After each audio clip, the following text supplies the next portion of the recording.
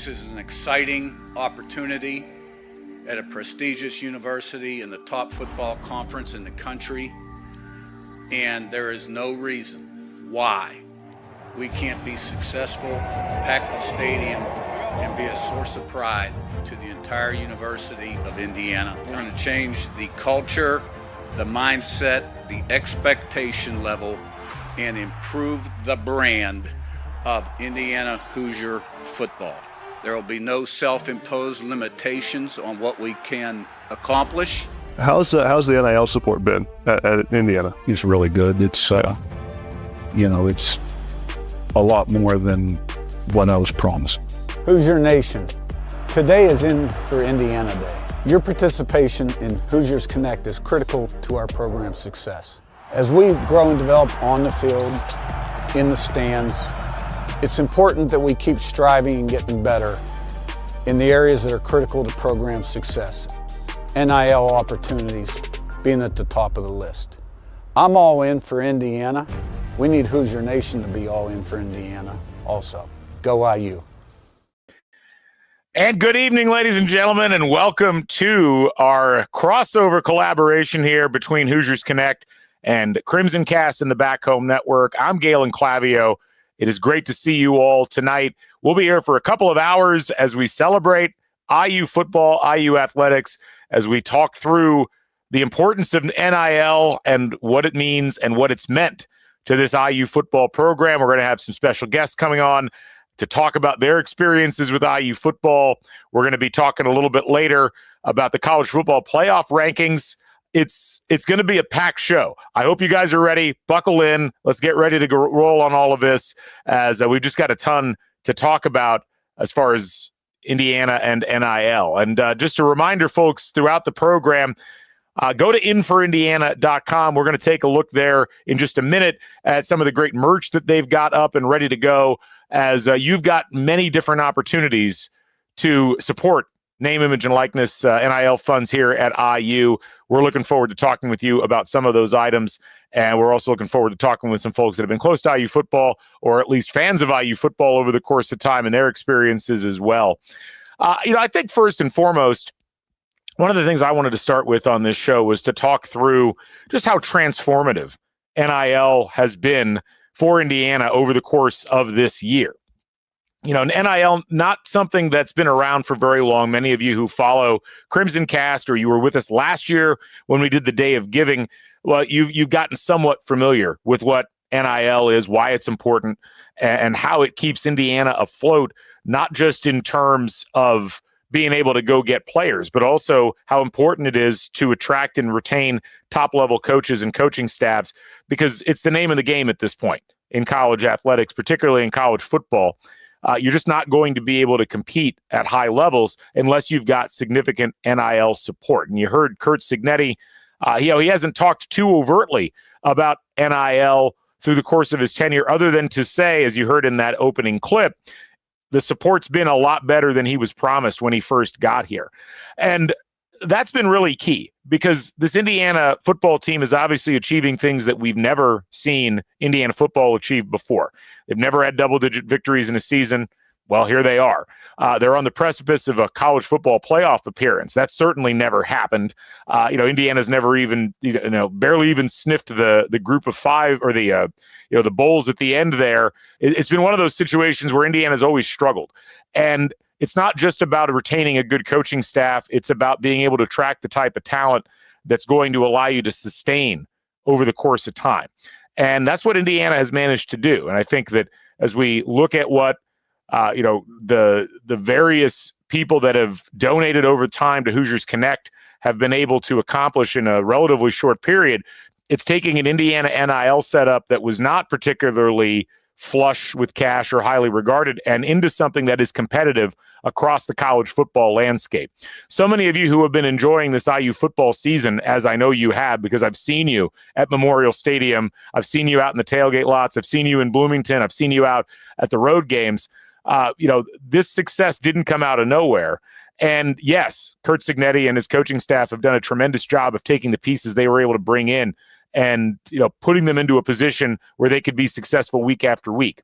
It was NIL that helped bring a lot of those pieces to Indiana in the first place. And what's amazing about NIL in this day and age is that you don't necessarily have to have the highest earning NIL collective. You don't necessarily have to have the most money of everybody, because there's certainly teams and programs that have a lot more NIL reserves right now than Indiana's got. You look at the Texases and the Georgias, they're rolling in cash. But if you can combine enough NIL money to be competitive in the national landscape with a coaching staff like Indiana's been able to attract here with Curt Cignetti and his team, that can take pieces that are value picks or players that perhaps aren't being bid on and overbid on to the point where their cost exceeds their value, and put them into a system where they're going to focus on competing, focus on production, and focus on being able to be successful week in and week out. Well, you can see the kind of results that you're getting already with that type of support.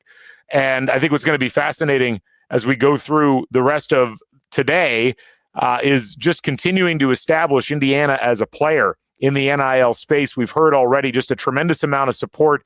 I don't have exact numbers. They haven't gotten over to me yet, but so many of you already today have reached out and you've formed memberships on In for Indiana. You've donated. You've put yourself in a position where you can, help support football NIL and NIL across the university. And I think that is just so incredibly important. It's just the way that the world is working right now in college sports. And I think we always had an idea, at least I did, that Indiana fans, given the opportunity, were going to step up and provide this type of NIL support.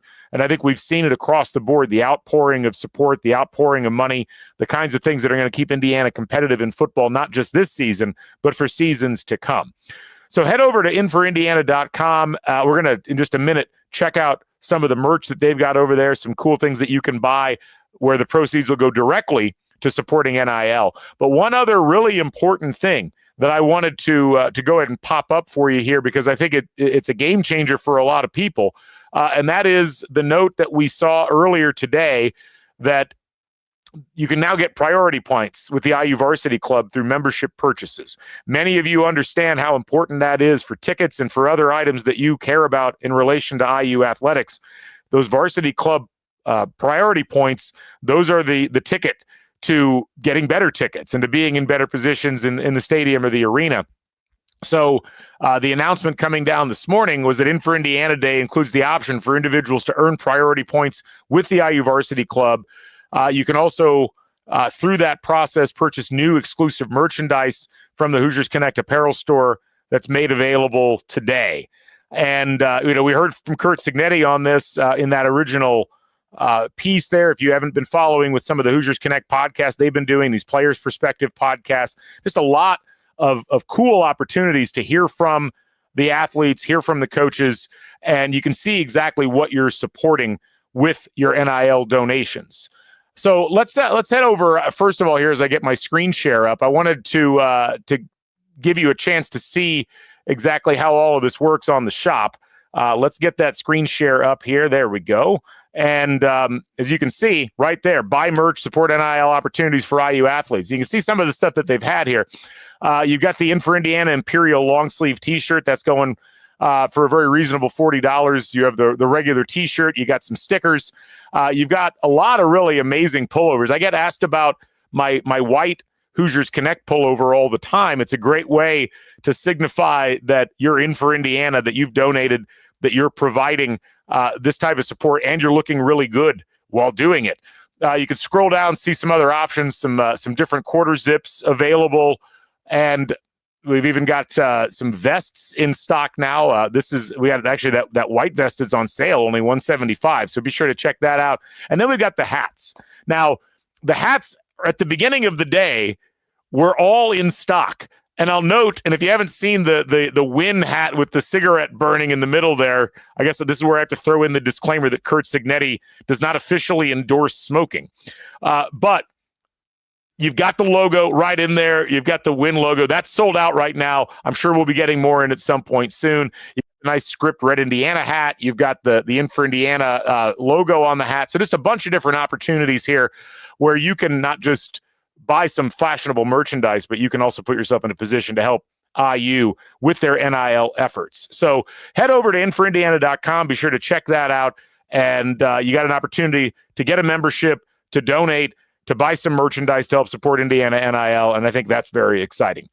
I mentioned earlier, we're going to have a ton of guests and special appearances throughout the course of this show.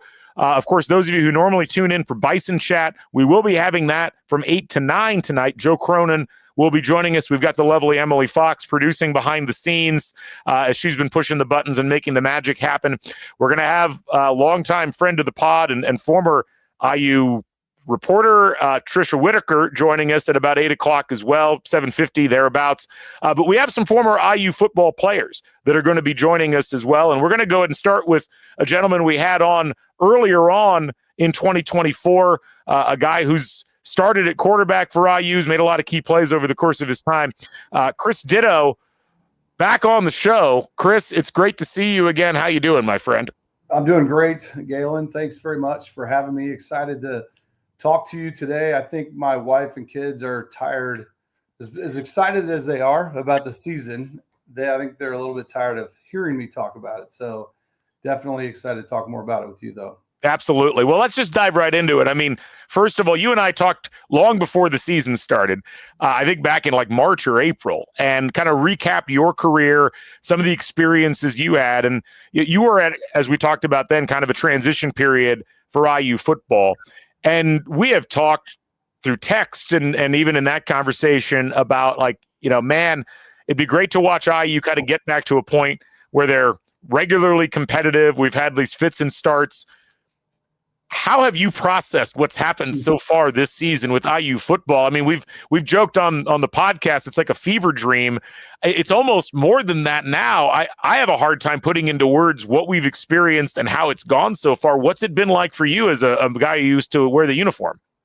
Well, it's hard to put into words, as I think, I know you and Scott do a great job week in and week out describing the games and describing what's going on. And I think we all, as Indiana fans, longtime Indiana fans, 30, 40 years, I think got to a point in our lives where we didn't think this would ever happen. And to see it happen this quickly and to hear Coach Signetti at his introduction press conference speak so confidently, and then what he did for his first kind of public appearance at an IU basketball game, to be honest, I was like, wow. I mean, I hope he doesn't embarrass us or embarrass himself. And all along, he knew exactly what he was doing. And it's made a lot of sense. And I've been lucky enough to go to, of the 10 games, I've been to 8 of them. And I think, I went out to Pasadena with my wife, went to Michigan State with some buddies. All of my former teammates and roommates, which I had 5, we all bought tickets together this year. And we have, of the 6 of us, we've got like 14, 15 kids between us. And I think 7 of them are either graduated from Indiana or at Indiana now. So it's been an incredible September, October, November for us and our families. One of them is actually Luke Goody, Craig and Susan Goody. He was my roommate in college, but we've all watched these games together when we can make it down, and we're all just a little bit in shock, but also now believing we belong here. We belong. With the Michigan game obviously was a struggle, but Michigan is still Michigan. They're extremely physical, especially defensively. So I'm excited to watch the 8:30 Tuesday, the Tuesday night, the new playoff rankings that'll be coming out to see where we land. And first, after 6 games and we took that first initial bye, I was like, okay, this is, can we sustain this? And then we come out and just absolutely smack Nebraska. But now I think we all believe we can beat Ohio State. I don't see, if we play well, there's no reason why we can't. I think that's been one of the fun things above all else about this season that I've really loved is watching IU football fans find a level of confidence that they just have never had or really had the justification for. And, you've been to enough games and you've had, obviously you've had your children have come down and been varsity athletes and so forth. Like, I mean, the the excitement around IU sports has always kind of been measured by what's going on with men's basketball, and understandably so. Women's basketball's had some great seasons here lately. That's moved the needle a bit. There's nothing quite like the excitement around IU football being this level of good. And I think this is kind of the case on most college campuses, but it's so new and it's so fresh here at Indiana because we literally have not experienced this before. There's been a couple of seasons. If people talk about 1987, we've got Mark Suter coming up here in a few minutes, who was on that 79 team, which was a monumental year for IU, their first bowl victory, obviously 67. And it's wild to think that we're living in history right now. We're living in a moment where this level of excitement and this level of energy is around football, and it's happening as we speak. I mean, you've seen this campus at varying stages. Have you ever seen it quite like this before? No, never, not even close. And just, I was 14 or 15 years old when IU basketball won their last national championship in 1987. And then I always ask, my sister was a student at IU at the time, and it's always fun to hear people say, oh yeah, I was at IU when they won the national championship in 87. And then I just imagine that is just an experience of the campus exploding and everyone just being so excited. And to me, to your point, that I think people are going to talk about this season 40 years from now, where you are in and around Bloomington in 2024, and all of us that are experiencing this right now will be able to say yes. And everybody's going to have different memories about it. But our son, who's a junior at IU right now, and his freshman and sophomore year, typical IU students, they go for maybe a half and they leave. Well, now they are fighting over tickets and they're paying hundreds of dollars for tickets, and the students cannot wait to get to games. They just, it's something that they now live for. And it's something that it's just so exciting to see. I'm so happy for everyone in Bloomington, for the entire student body. And to think back of just even last year, and, we couldn't give away tickets. We couldn't just beg people to come to games with us. And now everyone is coming out of the woodwork. And I'm sure for you too, hey, can we get tickets? Can we get tickets? And it's like, not this year, because we'll do what we can, but it's such a special, it's been such a special experience. And I don't want it to end. I keep thinking, we have 2 games left. It's gone by so fast. The Purdue game is going to be here before we know it. And if we could somehow, either beat Ohio State or remain competitive in that game, and then handle Purdue the way that we should, and host a home playoff game the weekend of December 20th or 21st. Again, I think, as you and Scott put it, while it might be a fever dream, I think that's reality now too. And there's a real chance for that. How exciting would it be to have Georgia or Alabama or Tennessee come to Bloomington? It would be incredible. And one of the games I missed was the Maryland game, because I was at the Georgia-Alabama game. I was in Tuscaloosa. We have friends who have kids at Tuscaloosa, and I'd never been to an SEC game on an SEC campus. Went to that game. I don't know if you remember that game. Alabama jumped out to a 30-7 lead. Georgia came all the way back. It was a night game. It was just absolutely a stunning experience that I'll never forget. The tailgating was incredible. I could go on and on about that day. But we did have the IU game on while we were tailgating that day because it was a new kick. And we're there. I was like, could we have something like Alabama has? And, we do. Obviously we don't have the 40 years, 50 years of tradition that Alabama has, but I would put our game day experience and the tailgating up against anybody right now. And I think the way CBS, I'm sure I've watched that game a couple times, and the drones and the overhead views of the stadium, it's such a beautiful sight. That if you haven't seen it, folks, that cinematic shot at the start of the Michigan broadcast of Memorial Stadium. You played in Memorial Stadium when it was 2 separated stands with the bleachers on either end. That was when I was a student. That was the same setup. I've never seen her look that beautiful, and to be filled with that many fans. It is such a great advertisement for the university, and it's a great advertisement for IU football specifically. And folks, we're here with Chris Ditto, former IU starting quarterback in the mid-90s. And Chris, to kind of wrap things up a little bit, NIL is the name of the game right now with college football, with college athletics in general, but particularly football, because you're because of the way that the rules exist and because of where the money needs to come from at this point, you have to have a lot of donations.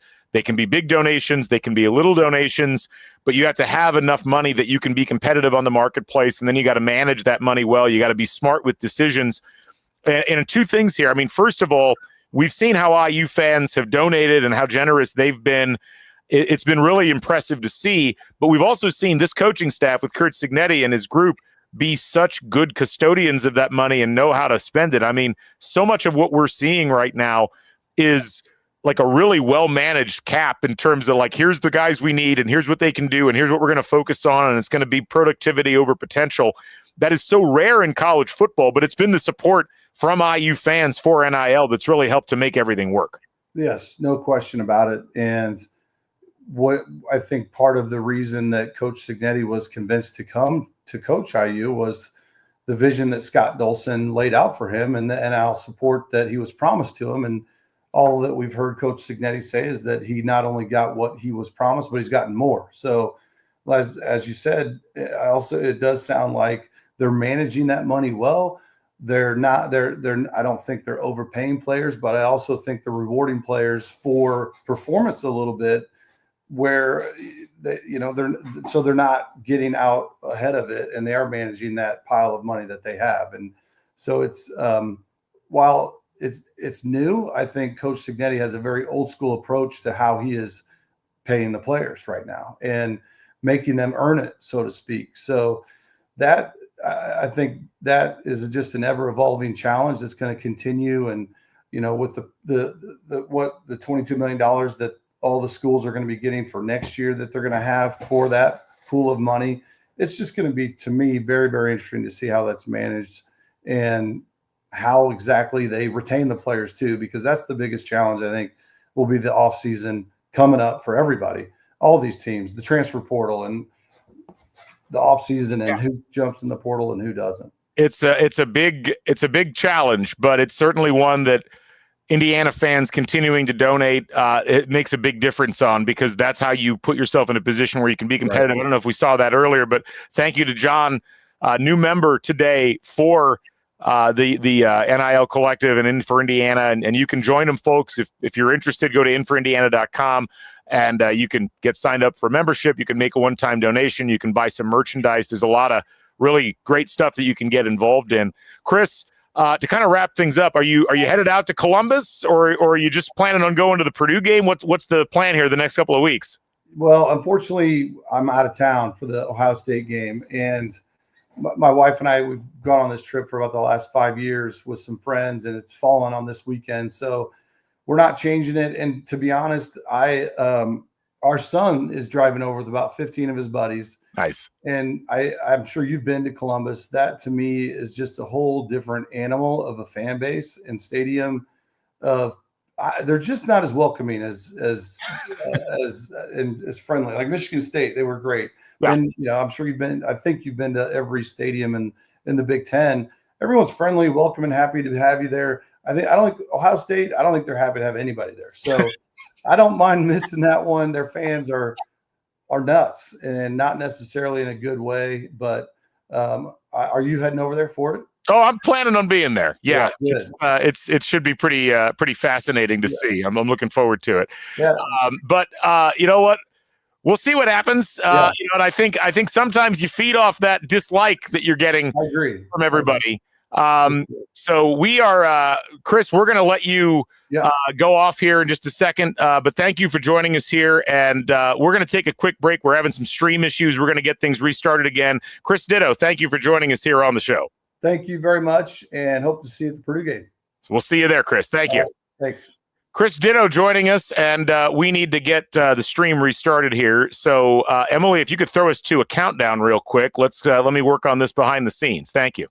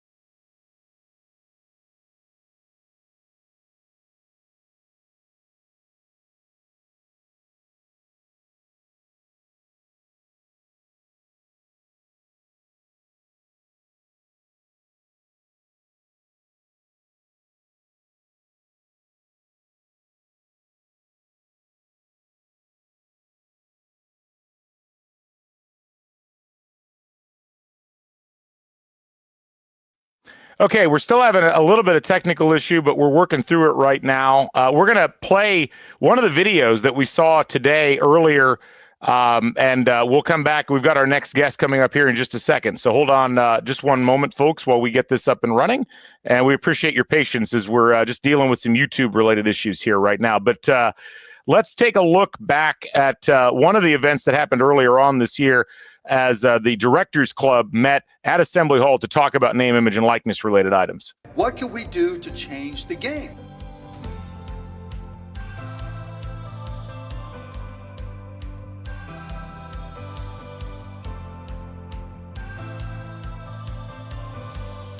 I want our teams to have every resource they need to be competitive in this new world. And this new world is changing very, very fast, by the day. You guys are here for a reason. We need your help. If we all want to continue to be successful, and all three of us want to, win like crazy up here for this institution. To me, you got to win every moment. You're either striving and getting better and separating, or you're comfortable and relaxed and getting past stuff. The legend himself, John Mellencamp's going to be here tonight as well. Give it up for him, the Hall of Famer. I've seen it all in this small town. Had myself a ball in this small town. Met an LA doll and brought it to this small town. And that small town, just like me.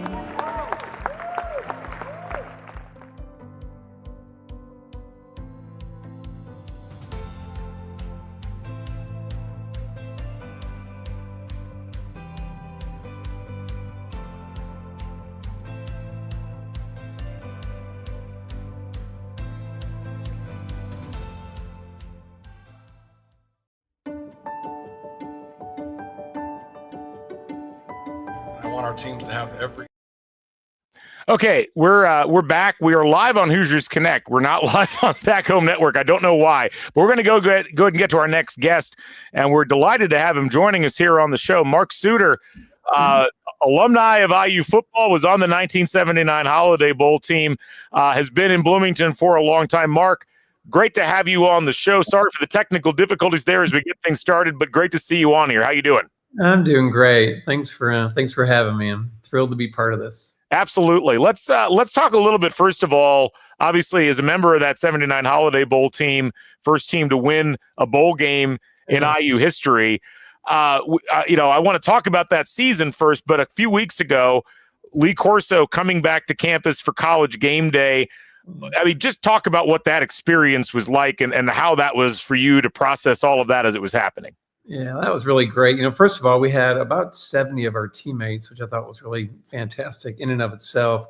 And we had a function Friday night with dinner, and Mark Deal is such a great organizer for all of us, and he put together a great reception. And Coach Corso hung around he was there for about an hour, and he literally greeted everybody that was there. He seemed to remember things about us all that I thought was always kind of nice, that he would say something about you as you came up and took a picture with them. And one of my thrills is I got to meet John Gruden, which is kind of a really fun thing, and got to talk to John about how he was a young man here in Bloomington at the same time that when Coach Corso came along, and his father was an assistant coach here. So I thought that was really a cool thing for him to come back and kind of share in some of Coach Corso's history. And it was just a lot of fun the whole weekend. I told my wife, I said, Sunday night, I felt like my heart was filled with so much like joy, from that Friday night to the game to riding that silly bus that we took, before the game that ESPN orchestrated. It was really quite a weekend.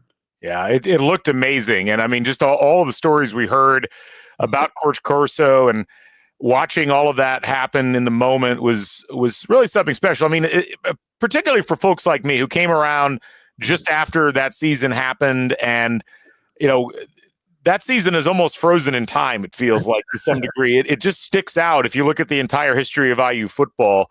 Yeah. What was that season like in 1979 for you all? And, as it went forward, I mean, you had, I think in that season, the biggest comeback in IU football history happened early on in that year. Yeah. You play one of the most statistically bizarre bowl games in the history of bowl games. All right. I mean, what are some of your standout memories from that whole season and how it went down? Yeah. First of all, I think when Lonnie Johnson, so we came back and beat Iowa the first game of the year, and Lonnie Johnson caught just a phenomenal pass at Clifford, who has recently passed, unfortunately. Tim Clifford played a great game. And so we start the season off on a great note. And it was kind of one of those years where, how everything just kind of seems to fit. The ball bounces the right way. Tim Wilbur lets the ball bounce on the ground, catches it, runs for a touchdown. Things just were clicking. And as an athlete, you just kind of know when those things are happening. You're like, there's some magical stuff going on. And I think we ended up maybe 16th in the country, so not nearly as well as the kids are doing today, but in our own right, we were pretty thrilled. And the really cool thing about that BYU game is, that kid didn't miss a field goal the whole year, and he missed it from the 17-yard line. So I think Coach Corso turned to our priest and said, "If you got any good prayers, Father Higgins, this would be a great time." I do love that line he had. It was like us versus a million Mormons or something like that. It's just a great Corso line. I mean, what he was filled with them.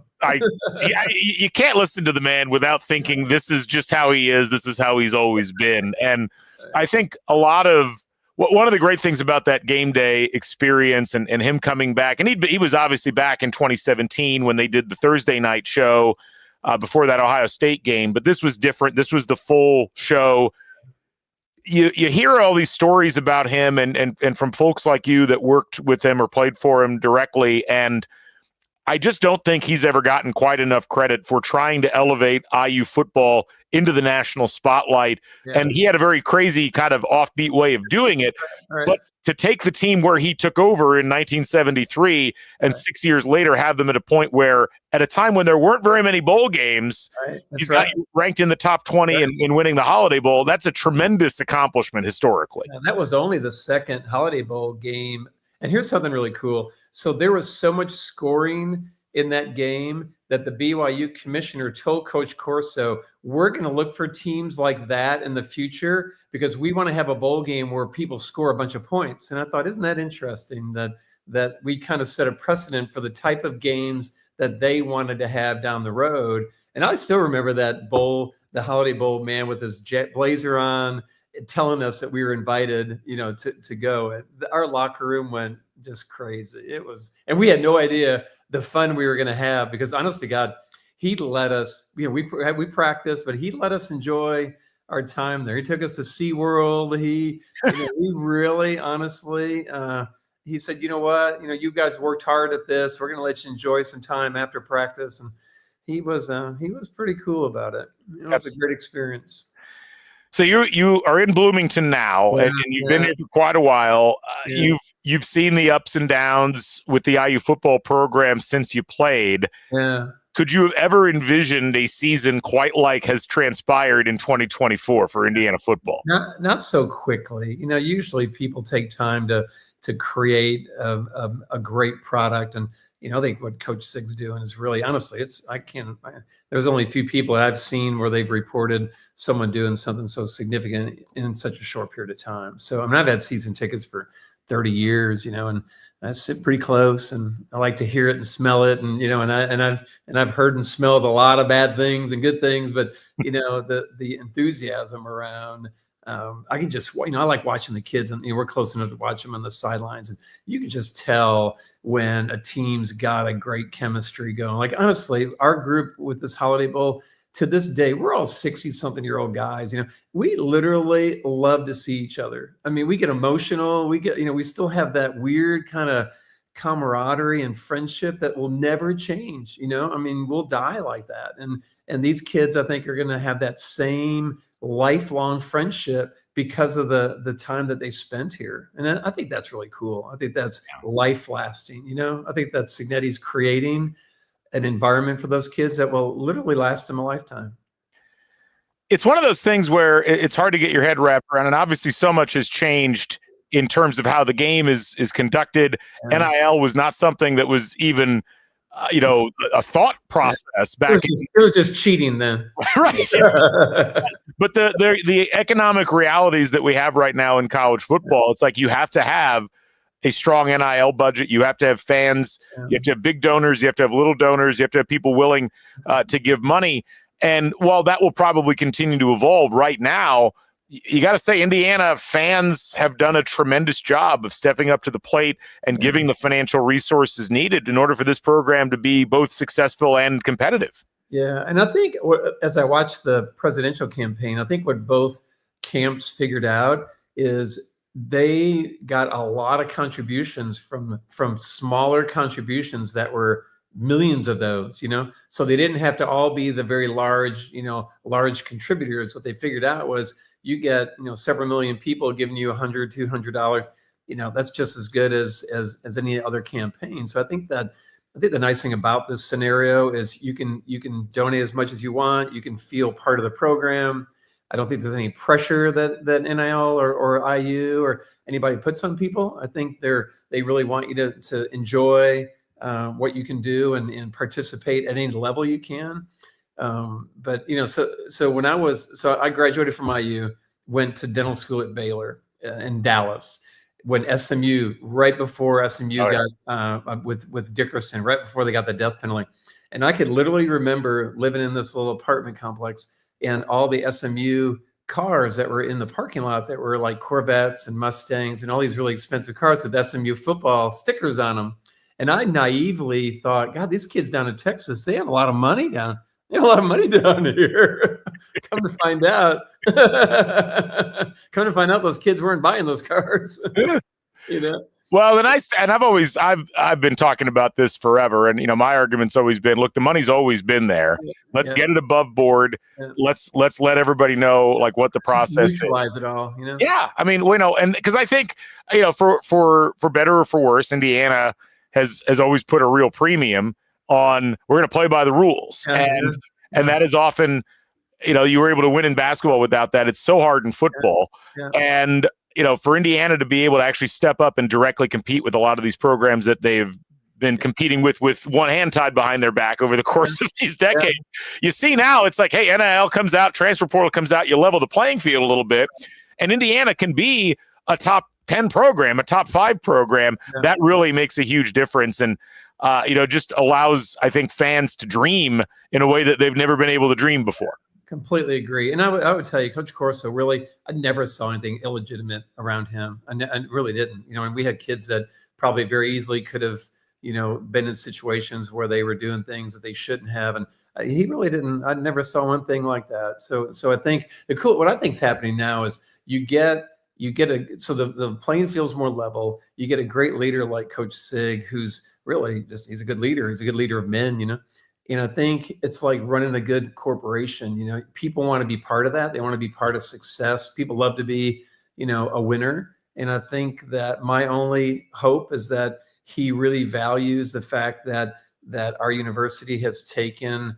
I'll call it a risk. They hired him. They said, what, they gave him a position that other people passed up on him. I hope he really respects that, and I hope he continues to be part of this program and stays with us. I think a lot of people have that kind of underlying concern, that we want to keep someone who's helped us be so successful, and we want him to be happy here. I know his wife likes it here. I think that Bloomington's a great place to live. I loved raising my kids here. I think it's been a beautiful place to raise my kids. So. Yeah. And so I think there's a lot of things that hopefully will keep him here. But it's also a competitive world. You have to kind of understand, be really honest, and know that we're going to have to do some things to entice him to make it, appealing to stay. Well, and one of the things he's been consistent about is talking about, how the level of NIL support was a lot higher than he was originally promised. And I think things that people forget is that Indiana has the financial might to go punch for punch with pretty much anybody in the country at this point. So we'll see how everything turns out. But obviously, Curt Cignetti and his staff just doing an incredible job of putting this thing together and making it exciting for IU fans who've been waiting for a season like this for a long time. without a doubt. And, the people that kind of poo-poo sports, you can't argue that when you have a successful sport program, it really energizes your community. I mean, I have patients asking me almost daily about football now, about what do I think about the team and what, just ask me questions about it where, they would ask me periodically in the past, but everybody's so interested in the success of what's going on, and they're just enthusiastic. And, it's economically beneficial for our community. It's emotionally beneficial. And I would argue that it's kind of a nice psychological uplift, to be. Yeah, it is. And it's not just in Bloomington. I was talking with a good friend of mine who works in New York City, commutes back and forth, and he's like, when I start seeing Indiana football apparel in Manhattan, when I'm seeing it at CBS headquarters, it's like something special is happening. So my daughter's in Denver, and she was at the they have watch parties, and they had 500 people at this watch party for the Michigan game, and this is in Denver, Colorado, and I'm sure that's true of a lot of cities across America. I think that fan base is. We have such a huge alumni and such a loyal fan base. I'm sure that's happening all around the country. Yeah. Well, Mark, really appreciate you joining us on the show. Pleasure to chat with you, and hopefully we'll see you at the Purdue game. I'll be there in a few weeks. Mark Studer, thank you for joining us again here on our podcast, Extravaganza, supporting IU football NIL. You have a good night. All right, go Hoosiers. Go Hoosiers.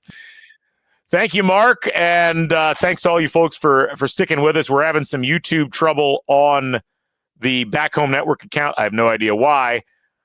But fortunately, the Hoosiers Connect stream is alive and well, so head over to Hoosiers Connect. You can watch it there. I've been putting some links out. We're going to go and bring our third guest on, and this is a gentleman who, if you've been following along at all on the Twitter sphere or in the podcast world, you're probably familiar with at this point. We're happy to bring on to the show Sean Ratcher from the Rock Report, recent IU football alum, and one of the emerging voices within IU football podcasting. Sean, great to see you. Thanks for joining us on the show tonight. Yeah, thank you for having me on. I appreciate it, and obviously very excited about, in for Indiana Day today. Yeah, I mean, it's been a big day so far. We've been hearing from the folks over at Hoosiers Connect. A lot of people throwing down some money, getting some memberships started, buying merchandise. It's been a really top dollar day thus far for the collective and for Indiana NIL efforts in general. I mean, you've been in college football like within the last 365 days. Like how much has this changed the landscape, and how important is NIL in terms of having a successful and competitive program?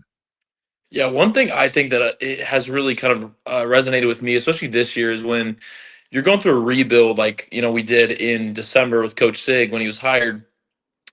The charm of Indiana and the draw that Indiana University used to have on recruits, not that goes away, but kids aren't really worried nowadays about, how beautiful the campus is. What does the facility look like? They want to win now, and they want to get top dollar wherever they're going to go. And that's why you see a lot of guys, bouncing around year to year just because it's such a competitive market. And I think Scott Dolson really kind of headed this, forefront that is now Hoosiers Connect and Hoosiers for Good. And he promised us 2 years ago when, they passed these NCAA bylaws that we were going to be at the top of the game in NIL. And I really think having Tyler Harris kind of spearhead this team along with Pete Yonkman that ended up being the Hoosiers Connect and Hoosiers for Good, it's really put us kind of at the forefront in recruiting, especially with the transfer portal. Transfer portal nowadays is essentially, it's a bidding war. But it's a bidding war that, first of all, you're right. You have to have the financial resources to compete in that bidding war. But I think one of the things that's been so revelatory about what Indiana's done in football this year is it wasn't like they went out and just got the highest dollar guys from around the country. And we've seen programs, North Carolina State has had this trouble. A lot of other programs, they went out, they spent top dollar, they haven't gotten results. Meanwhile, Indiana went out, got guys that, as we've heard Kurt Signetti say multiple times, like guys that started 2 or 3 years, guys that had a ton of production, guys that looked like they would fit the part. They really did an amazing job of using their resources wisely. And that's really, as a fan, things are expensive already. It's like, why would I want to donate? Like there's plenty of money out there, but to see their money being used in a way that's allowed these types of results to happen and allowed the different players coming from all over the country to be plugged in a way that's created this kind of machine that IU football's been this year is really impressive. Yeah, I think one thing that I kind of credit Sig with that I don't know if it's very well known. I think sometimes it's kind of taken out of context, but early on in the winter, when he talked about how NIL is really not that complicated, and it's just math, kind of the difference between his thinking and a lot of other head coaches was a lot of coaches are going out and grabbing a big name quarterback or a running back, and they're throwing, half their collective at one guy. He's got almost this entire roster of scholarship guys getting paid. And honestly, what it does is it kind of brings team morale up a lot. And a lot of things that I've heard, from the guys within the program is everyone just seems to be happier. That's huge. And that esprit de corps, that sense of togetherness. It's one of the things we've heard criticisms of NIL. It's like, well, you're going to get jealousy in the locker room where you got guys getting paid a lot more than others. And I've always said, well, there's, I think athletes are smart enough. There's a pecking order in terms of like who are the most talented guys. Those guys are going to get more money. When money was being passed around under the table at programs across the country, that same thing was still happening. But to be able to get everybody feeling like they're on the same page when there's money involved is a really rare thing. And the coaching staff and Cignetti and the way that he's kind of managed all this has really been impressive to me, just in how well they've managed all of that, not just the money, but the personalities that go into it as well.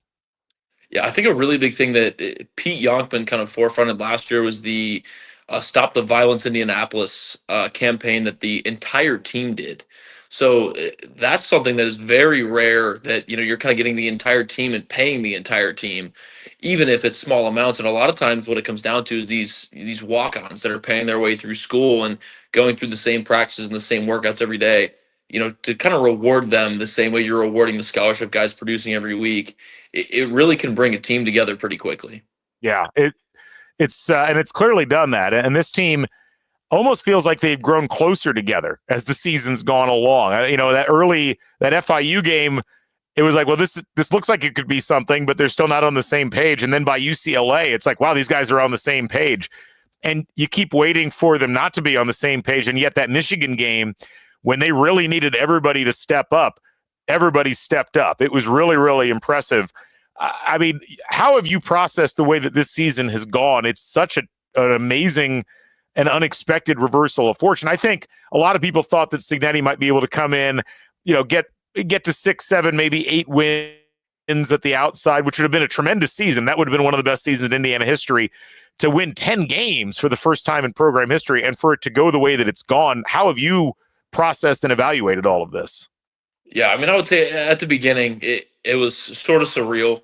And especially being in the program last year, obviously you have that, kind of jealousy at the forefront. You're like, okay, what were we doing wrong? But you watch the tape and you really see the past couple of years, we weren't always falling short by 30, 40 points. There was a lot of games where in the fourth quarter just slipped away from us. And it seems like Kurt Cignetti has these guys dialed in at the right time and also disciplined throughout the game. So the yard battle is really where I think this team succeeds. And when you look at penalties, like the first, I want to say 8 or 9 games, you were averaging like 1 or 2 penalties a game. Like that's absurd. This team is so well disciplined and so well coached that they almost have no choice but to make the right decisions during the game.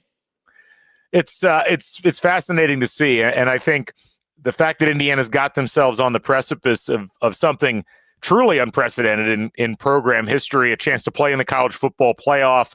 They got this huge game coming up after the bye at Ohio State. You've been in that stadium with the uniform on. Michigan's hard. Ohio State in the shoe is a horse of an entirely different color. But, what have you seen about this IU team that would make you think that, hey, they've got a chance. They're ranked 5th for a reason. What is it that you've seen out of them that makes you think maybe they can thrive in that environment? I think the biggest thing off the bat is just kind of the bias of the Big Ten. I feel like early on, you have this excitement. Like I know my freshman year, I thought we were going to go out and kill Ohio State. We lost 52-7. So these guys kind of never playing these powerhouse teams. They really don't know what it's like. And I think that's a good thing because you don't have, the past years of, oh, well, that guy's so much better than this guy. And you don't look at matchups the same way.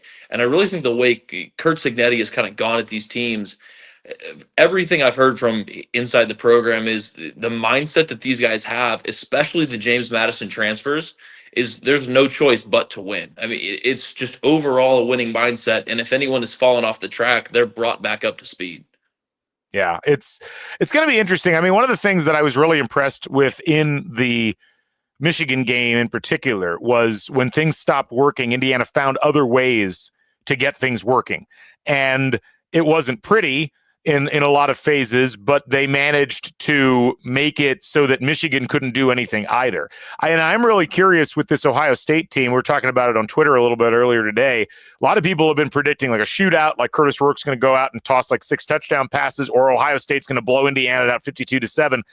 I wouldn't be shocked if this game was like the Ohio State-Penn State game, because both of these teams have really good defenses. Both of them can grind a game to a large degree if they need to.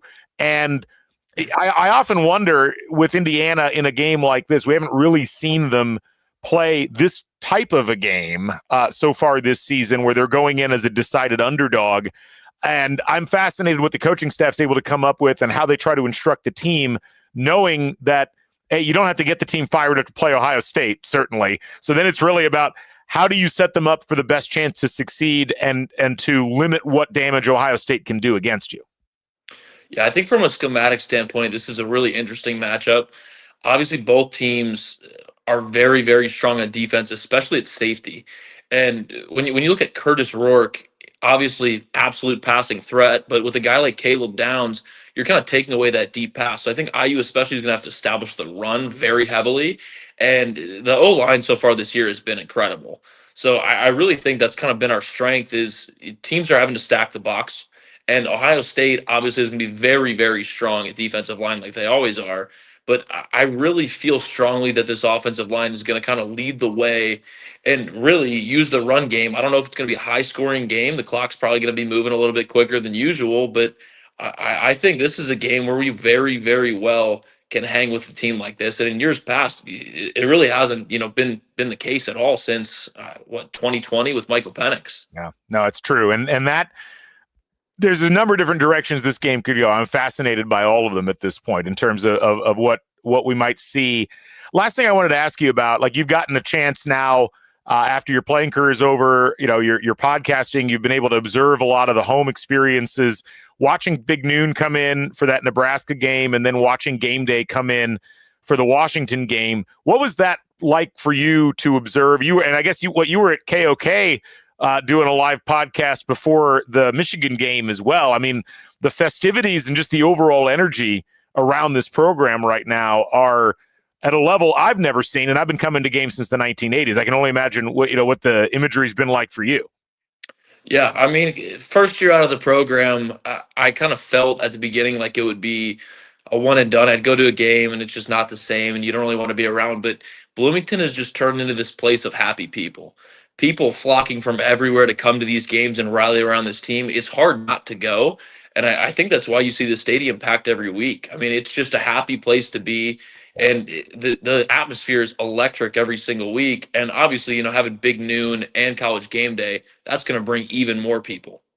Yeah, it's been fun to watch, and the atmosphere in the tailgate lots and the fields and everything around it has been at a level that rarely have I seen with IU football before. So, Sean, I guess to wrap things up as we head into this last couple of weeks, it's been an amazing ride, and we're going to see the college football playoff reveal coming up here in about 30 minutes. Any predictions on where you think Indiana is going to land in the rankings this week? Yeah, I really think we're probably going to be top 7. I would say 6 is a realistic slot.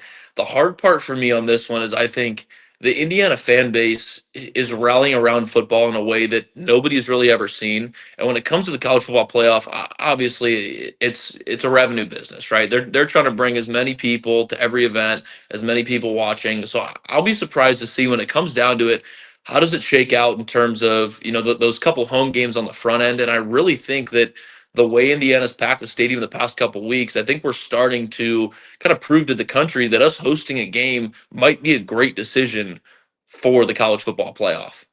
Yeah, I mean, look, I think one of the things in this mix that gets missed, and certainly you're not going to hear a lot of the legacy media talking about it, and certainly not the fans of the teams that have been in the mix up to this point. But it is so good for programs across the country to be able to see an Indiana in the college football playoff and be like, that could be us next year.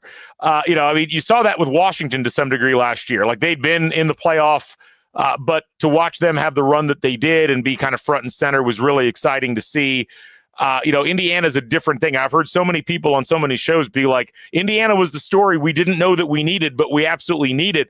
A lot of that has been Curt Cignetti and his personality, and he's kind of captivated a nation with that. But the feel-good story of IU football being this good is hard to get around, and you just hope that is factored in, the way that it would be for any other program. When you go 12-0 or 11-1, you're just not having some of the debates or some of the criticisms around IU football that you wouldn't have that with other programs with this exact same profile. We keep hearing prominent college football voices saying exactly that.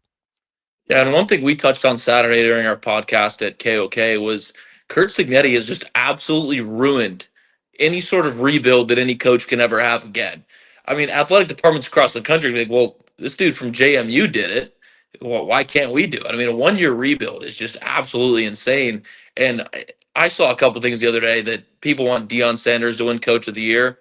I think that's egregious. I mean, this guy has flipped this place around, and not just the program, the entire city.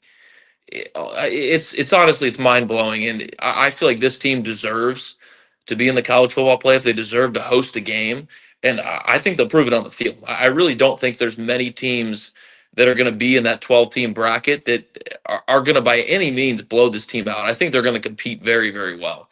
Yeah, I agree, and hopefully we get a chance to see that. We'll find out here in about 30 minutes or so as the CFP reveal happens. We'll still be live here on CrimsonCast with Bison Chat watching that. But Sean, I really appreciate you joining us here on the show, and look forward to hearing you on the Rock Report throughout the rest of the season. And good luck with everything as we move forward. Yeah, thank you for having me on. As always, go Hoosiers. Go Hoosiers. Sean Ratcher from the Rock Report joining us here on the show, and we appreciate you folks sticking with us as we continue to move through the program. We've got about an hour left. We got our next group coming in to join me. First of all, wanted to play a couple of items that we saw earlier on in the day that I think kind of highlight some of the interesting things that Curt Cignetti's been doing overall. A couple of these were from the Players Perspective podcast that Curt did a couple of weeks ago, but getting a chance to kind of hear a little bit about Curt Cignetti and how he goes about his business on the field. Let's go ahead and check this first one out right now. If we're not I put a lot of time into what I'm going to say, and I don't say much to the team. I try to make every word count so that the message resonates. If you talk too much, sometimes you get tuned out, and then it's really hard to get them back. And we have a certain way we do things. We believe that with proper preparation, the commitment, discipline, that there's no self-imposed limitations to what we can accomplish day in, day out, play in, play out. And we play that way. One play at a time, 6 seconds of play. Every play's got a life and a history of its own. Fast, physical, relentless, 11 guys doing their job, smart, disciplined, poised, not affected by success or failure on the next play. And never satisfied, never. Time to be satisfied is at the end of the game, not during the game. And if you can get guys to play that way, when the game's on the line at the end, they're not looking at the scoreboard, they're just doing their thing. And they're also not affected when they're 2 scores down in the second quarter. Or I've had teams 4 scores down in the second quarter come back and win. We haven't seen that yet. He really hasn't had any teams down in the fourth quarter while he's been here. But we're going to bring in our second half co-hosts and guests here. We got Joe Cronin. Joe, good to see you. Bison Chat back again. We've also got Trisha Whitaker joining us. Trisha, welcome back to CrimsonCast. Good to see you both. Wow. Indiana football 10-0, and the vibes are immaculate, as they say. Trisha, let me start with you. You were in the stadium for the Michigan game. You were out in the tailgate lots beforehand. I mean, you've been around IU football for a long time. You grew up in Bloomington. You've covered the team in various capacities. How do you put into context what you've seen with this IU football team so far this season, particularly in that game? Yeah, well, one of those capacities that I saw IU football throughout my lifetime was covering them when they were 1-11. That was actually, I believe, my first year covering any sport was IU football when they went 1-11. Welcome to sports reporting, Trish. So I don't know how they didn't totally traumatize me and scare me away, but they didn't. I loved it, even though they went 1-11. So this is a fever dream to me. It's ridiculous. I look around the stadium, and I moved to Bloomington when I was 8 years old. And then obviously after college, I left, and I've been gone for about 12 years now. But I've been coming back to IU football games every year since. And obviously I teach at IU in the baseball off season. And I have never, ever seen the stadium like I see it right now. I mean, most people haven't, because this hasn't happened in their lifetime. So, I mean, I'm literally sitting there at that game almost in tears when they won the game. And I, just looking at national broadcasts and seeing them talk about IU football being undefeated, I'm kind of like, is this a dream? Like, what? It's bizarre. And I also remember, Galen, I think I told you about this, when Kurt Signetti got up at Assembly Hall and he's like, I win, blah, blah, blah, blah. We're going to win here. And I'm just like, you're insane. Like, do you know how it works here? This isn't how things go. Like, people say these things, and then 2 years later, they're gone. And we don't win. We never do. And it's like, as an IU football fan, you have a lot of PTSD. And that's kind of what I have lived with. But now, this is great. It's completely different. And it's funny, like your first season covering IU football, they go 1-11. Joe, I don't think this is your first season covering IU football, but you've gotten a 10-0 season while covering this team. It's I think everybody who has covered IU football, and I include myself in this, my first season they went 2-9 covering IU football. I mean, 10-0 is just like something that a lot of schools never experience. Like even like traditionally good football programs don't experience. What was your impression of that Michigan game? Because that was really that was the toughest game Indiana's played so far this year, clearly. Absolutely. I mean, you got the defending national champs in town, just the buzz around that. Obviously, they're not playing up to the standard they were last year, the Michigan standard, as some might say. It's still the defending national champs. You can't really put that label away from them. The buzz was for real. That place was bumping from kickoff to the final kneel down that Curtis Rourke had. I was going through some of the footage I got from the weekend and put out, it was the Alex Orji fumble. I believe Terry Jones, he punched it out. Looks like Aiden Fisher got a good knock on it too. And the pop of the crowd when Michael Kamara jumped on it, it was like, whoa, this is for real. Like there had been some noise in the Washington game, obviously, and stuff like that. But that was like, this is a real college football atmosphere, something that, like you guys have both been saying, like Bloomington hasn't really seen something like that. And now they have, and they're capable of doing it. And it was cool. There was like kind of got the blood flowing a little bit, the juices, the heart was pumping. Okay, calm down a little bit, Joe. It is funny. Just fun. It was just a fun atmosphere to be at. Don't calm down. I hate it when people are like, act like you've been there. We haven't. We haven't been there. That's what I was gonna ask you, Tricia. Though, I mean, because you've seen IU football crowds, even in good games, in quotes, where yes, good games where there just hasn't been the juice. Like the crowd gets excited, but it's like. It's not the same. And that play that Joe was talking about with the fumble, or that touchdown to Elijah Surratt that happened right there in the end zone. I mean, the noise and the towels and just the entire thing. The towels. We have towels. I've got some towels right here. I brought them up. I've got the one from this game. I think I've got a couple of the Signetti towels. There we go. I should put those on eBay, I think, next. But no, I'm not going to. I'm going to put them on the wall. But to be in the stadium and to hear it get like that, and to see the visuals, and then you go back home and you see them on television, and you see the way that it looks.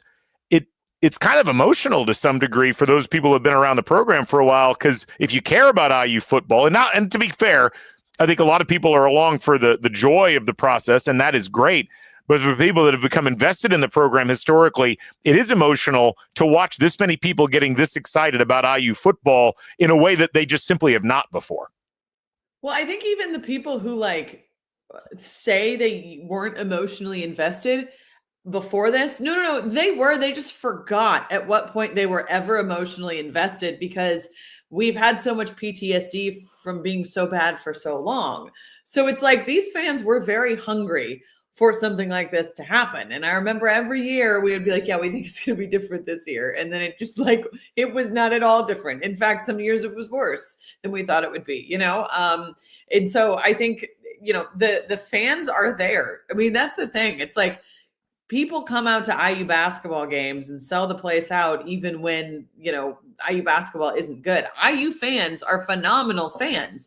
They just haven't had anything to cheer for football for so long. And now I think you're seeing the potential of a crazy fan base in Bloomington for football, which you have never, ever seen before. I think somebody said the Maryland game was sneaky loud. Yes, it was sneaky loud. But we've never even had towels, Galen. I've never seen that. That's never happened, Shout out Jeremy Gray for the towels. That was a really good move. Jeremy. Yeah. We're here on Day of Giving Part 2, Indiana NIL. If you haven't been to inforindiana.com today, go donate. There's just a ton of people that have donated throughout the course of the day. It's awesome watching people buying merch, buying memberships, trying to donate to help out Indiana NIL for football. That's what's going to keep this going, folks. So be sure to do that. Tricia was talking about fans getting invested. We heard from Curtis Rourke after the game about the fans. Let's go ahead and play that clip now. Oh, it's awesome. I mean, the atmosphere today, the fan base, just how the town's kind of just surrounded our team and just encouraged it. It's awesome to go out here and play and win games for this community. We know they have our backs, and we're just going to try to continue to keep this going. Yeah, I mean, that's really the big thing. It's like, how do you keep this program's players, connected? One of them is like people watching the fans, and we've seen this after the game, Joe. The players with this thing now where they're running over to the student section and celebrating with them. That is. Hold on. Can we talk about the chant that Kurt Signetti invented that nobody's ever heard before? Yeah. Hey, good for him. You got to change the culture somehow. I guess implementing somebody a new was chant like, "That's not real," and I'm like, "The man can do whatever he wants. No. This isn't real. We don't go 10-0. If he wants to make up a chant nobody's heard, then go for it." I think you can, if you get 500 plus votes for president as a write-in, which he did, you can kind of make up whatever chants you want. But no, it's like, Joe, to watch the players like connect with the fans, and we see this a lot in the home games, but you've seen it in the road games too. There's like a bond that's grown there that I never thought I would see between IU football and its fan base, and it's really cool to watch. Yeah, I mean, I'll just start with Signetti with the Go IU chant. He did it. It was the Northwestern game at the makeshift stadium, the beautiful lakefront, and that whole back. I don't know if it was I think it was the north end zone grandstand was just full, sea of red.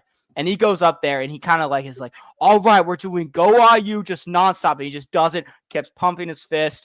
It resonates. People liked it. He does it again in East Lansing, and they were all for that. Really, really good response from the crowd. Really good response. Somebody watching, can you make a montage of all the times he's randomly done the Go IU? I need that. It's been away games. He didn't do it at UCLA. At UCLA, he kind of just like embraced it, threw up the rock on. Like I just did that. Northwestern was the Go IU. East Lansing at Michigan State was the Go IU. And this time, the student section, when the game was over, students run over, the students that were all still there were chanting Go IU. So it is now resonated. The trickle effect has worked. I mean, you go 10-0, I feel like you can implement some new tradition, as some might say, a new change. I mean, the whole idea of this football team is a new mentality, a new culture shift. So I don't see any problem with trying to start something new. And if that's a chant, that's a chant. I need someone to ask him, like, did you just come? And maybe they did, and I missed it. Did he just like come up with that like on the spot? Was he just like motivated in the moment, or like had he been thinking of some like chant and that's what he came up with? I don't know. I don't think anyone's asked him about it yet. Someone did ask him about how he stands like almost comically far away from the play.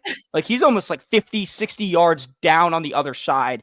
And the answer is just he loves to absorb everything and be kind of the overseeing eyes and get the ears from both Shanahan and Bryant Haynes. So that was really cool. No one has asked him about the Go IU chant yet. I think, We get to talk to him on Monday. So if that comes up, maybe that's a question I fire off at him. Please do the hard-hitting journalistic questions. Come on, Joe. It's what we need. If Zach Osterman is listening, I expect him to do it. That would be hilarious if he asked that question. I will say though, it's not just the students, Trisha. I mean, when the team is coming off on the alumni side, they're communicating with the fans there too, and that's been really cool to see. It's not people don't stick around for the end of football games historically. Memorial Stadium. Or the beginning, Galen. Or the beginning. No, it's like to walk into the stadium, 20, 25, 30 minutes before the game, and 90% of the seats are full. The students have been there for an hour and a half, it feels like, and just getting amped up immediately. Yeah, it's like there's a level of I can't even put into words like just how not normal that has been historically for IU football. They ran. Okay, I laughed. I literally audibly laughed, which I don't know how else you laugh, but I laughed out loud when the concession worker told me that they were sold out of beer. Like I think it was the Nebraska game. I go, okay, it's funny. She goes, no, we're sold out of beer. And I was like, what? Are you lying? She's like, no, multiple concession stands are. Yeah. It's been we talked about this in some previous shows, but I mean, the stadium experience has really added to the equation. And IU football, not just the on-field product, but the overall product, has gone to being a really, really enjoyable entertainment experience, and one where you feel like you're part of something much bigger than just yourself. And it feels epic on a level that we just don't get epic here that often. Even, Assembly Hall can sometimes be at that level. You get a nice primetime game against the top level opponent. The place is going nuts, but you triple or quadruple the number of people somewhere in the midst there. It's more triple than anything else. I can't do math, as we've learned over the course of time in this show. I was told there would be no math. Well, no math for you. I self-imposed that test, unfortunately, on myself. But the loudness and the energy and just the positivity, like even in that Michigan game, when that second half, Joe, things were not going right, and we're going to hear from Curt Cignetti about that in just a second. Like the team really struggled. They go up 17-3, and it was just kind of like they hit a brick wall. They have that bad turnover to start the second half. They put themselves in a position where Michigan's like scoring on them, and it's starting to get scary. And yet that crowd, which you never really been able to rely on before with IU football, they jump right in. They're right there. They're still loud late in the fourth quarter when Indiana really needs them.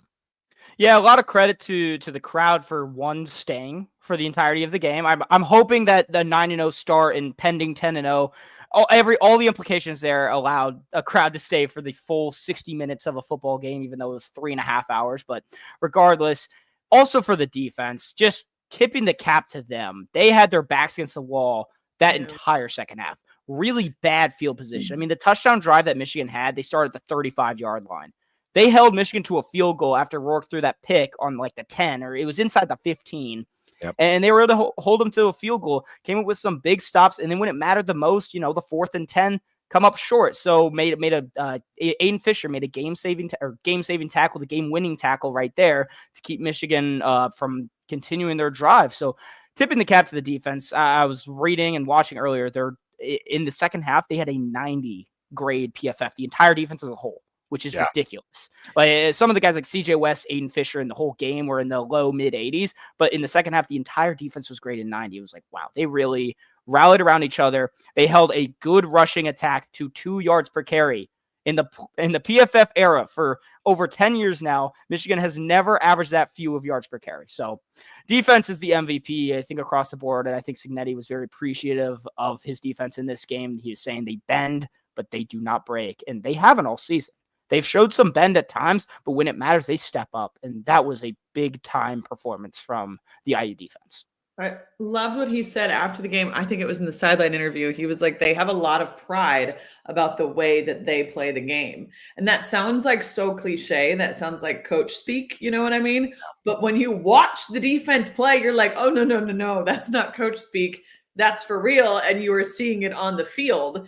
And sometimes those cliche things and all that stuff, we just kind of let it go in one ear and out the other. But that's another testament to the culture that he's created. And I always used to hate that word, like being like, we're trying to create a good culture. Well, no kidding, you're trying to create a good culture. But like, that's really what's happened. And you could see it specifically with the defense.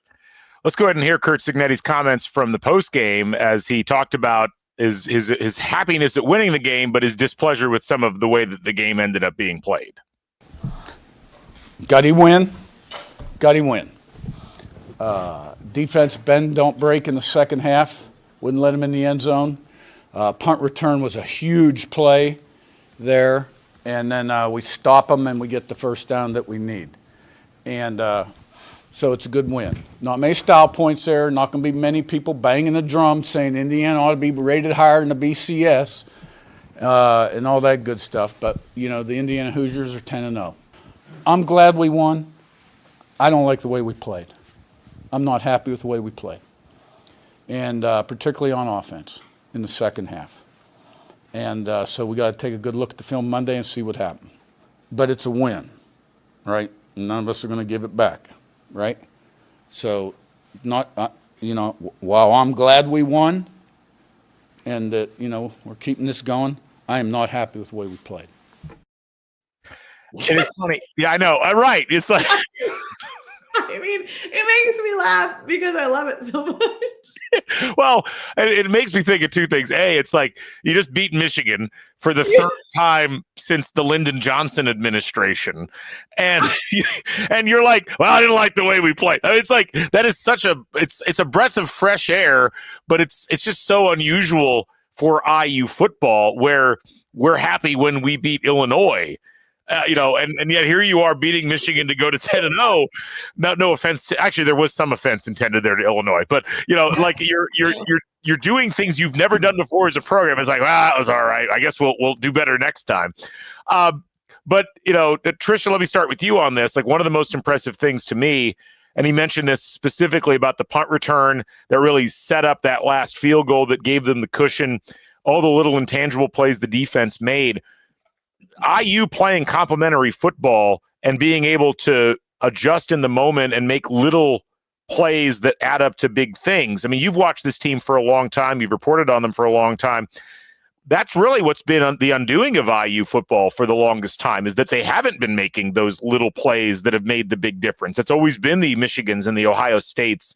We've watched Indiana take leads into the fourth quarter against really good teams in 2013, 2014, 2015, 2016, whatever, and just never be able to get it done. They've gotten it done so many times on the season. It just points to this huge culture change that really has very little to do with X's and O's, it feels like, although certainly those underlie it. A lot of it is just that attitude that you were talking about earlier that they've imbued the players with.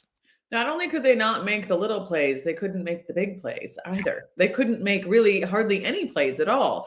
But, I think what we're seeing is obviously, he said he wasn't pleased with the offense, but it takes all three units. And that's what we've seen all season up to this point. Arguably, that game was the first game that we really didn't see all three units performing the way that they should. But that is a testament to how good this team is, how deep this team is, and how, when the offense doesn't have their best day, the defense can ride in on their white horse and kind of save the day. Although I think with the offense, you got to take into consideration that they were missing their left guard. That's kind of a significant piece of the puzzle that they're missing. Not like it's an excuse, but we're to the point where we're not even making excuses, because if you remember, in the Bill Lynch era and in the, those kind of eras, it was like, there was always like, well, we were banged up, and I didn't listen to Curt's whole post-game press conference, right? But it certainly didn't sound to me like he was blaming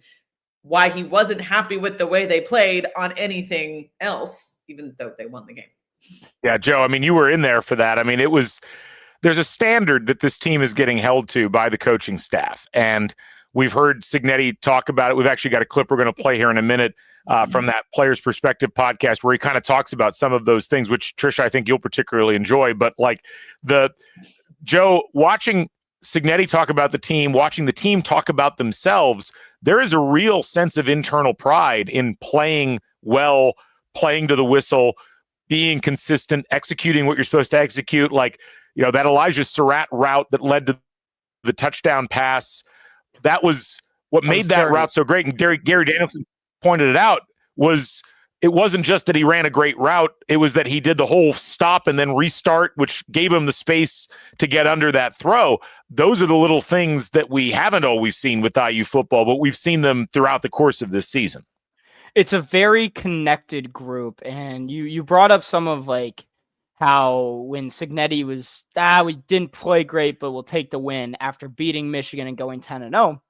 And it's just the mentality that he's instilled as a head coach. I mean, this is stuff that he felt the same way when he was going 11-1 with James Madison, where it's just week by week, play by play, rep by rep, get better. And he brings that mentality with a lot of guys who understand what it takes to win with that mentality, takes it to another level, and has some very, very pivotal and key transfers like Rourke, like Miles Price, and it all starts to gel correctly. And then obviously the offensive line, I think that's been one of the stronger areas of the team. Saw them on a semifinalist for one of the gazillion postseason football awards that come out, but that's been a unit that's been playing so well. But this is just a level-headed mental team. Like, they know what it takes to win, and then what it takes to go on from that and build from it and not get hung over from a win or not get hung up on a bad play. I mean, the Michigan State game, they were down 10-0 and they were just like, all right, took care of business, 147-10. Like, that's just stuff that you see these top caliber teams do. And I think IU belongs very much into that conversation. Put strength of schedule aside, I feel like that's just a bad argument to make 10 games into the season at this point.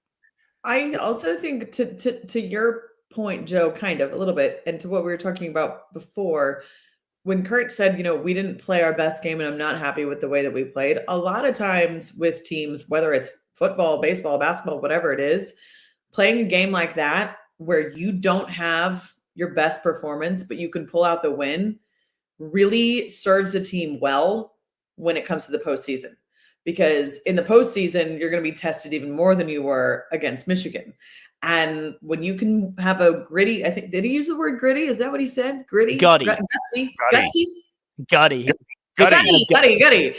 You need those gutty wins to give your team the confidence that, okay, because IU up until this point had just been kicking everybody's butt, right? So you need your team to have that type of confidence that even when things are not going right, even when one unit is not performing the way that they usually do, you can still pull out the W. And that's going to be in the back of their mind, when they go into the playoffs. So I don't know. Sometimes I think those wins, even though you'd prefer the offense to just blow them out of the water, I think those wins can be really good for a team's character.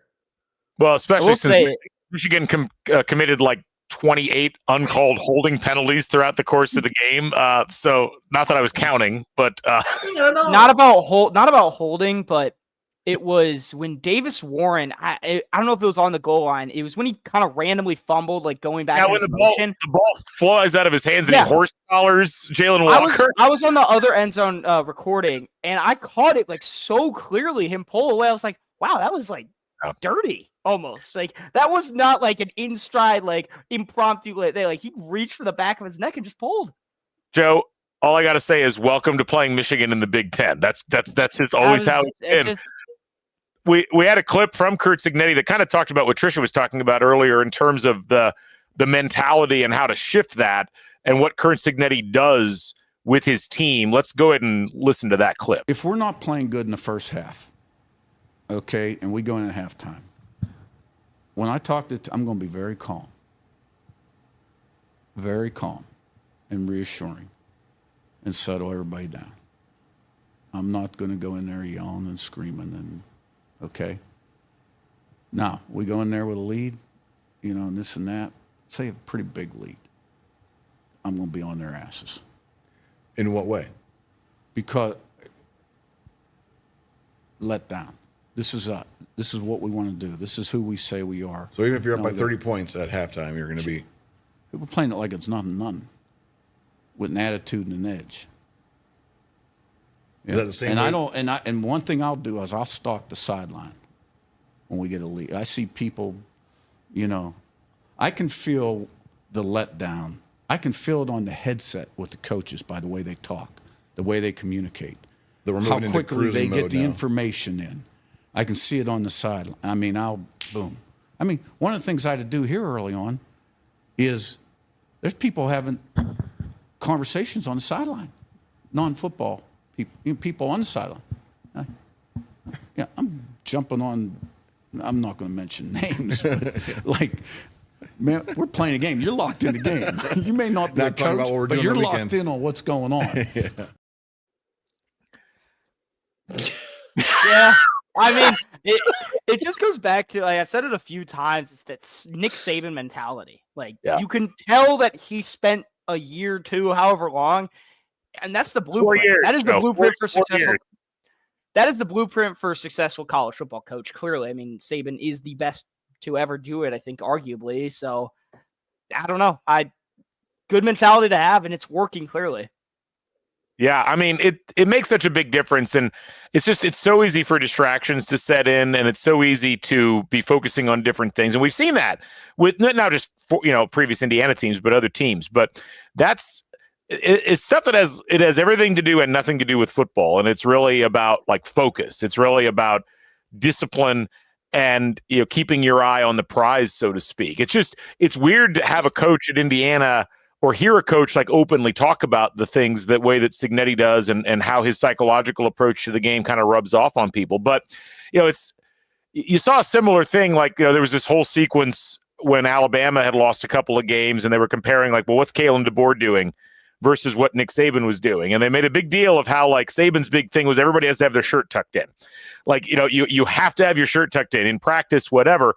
And, they'll call a guy out. They'll yell at him if he doesn't have his shirt tucked in. And it's like, why? That's such a little thing. And yet it's not, Trisha. Okay, you clearly have some ideas on this. So go ahead.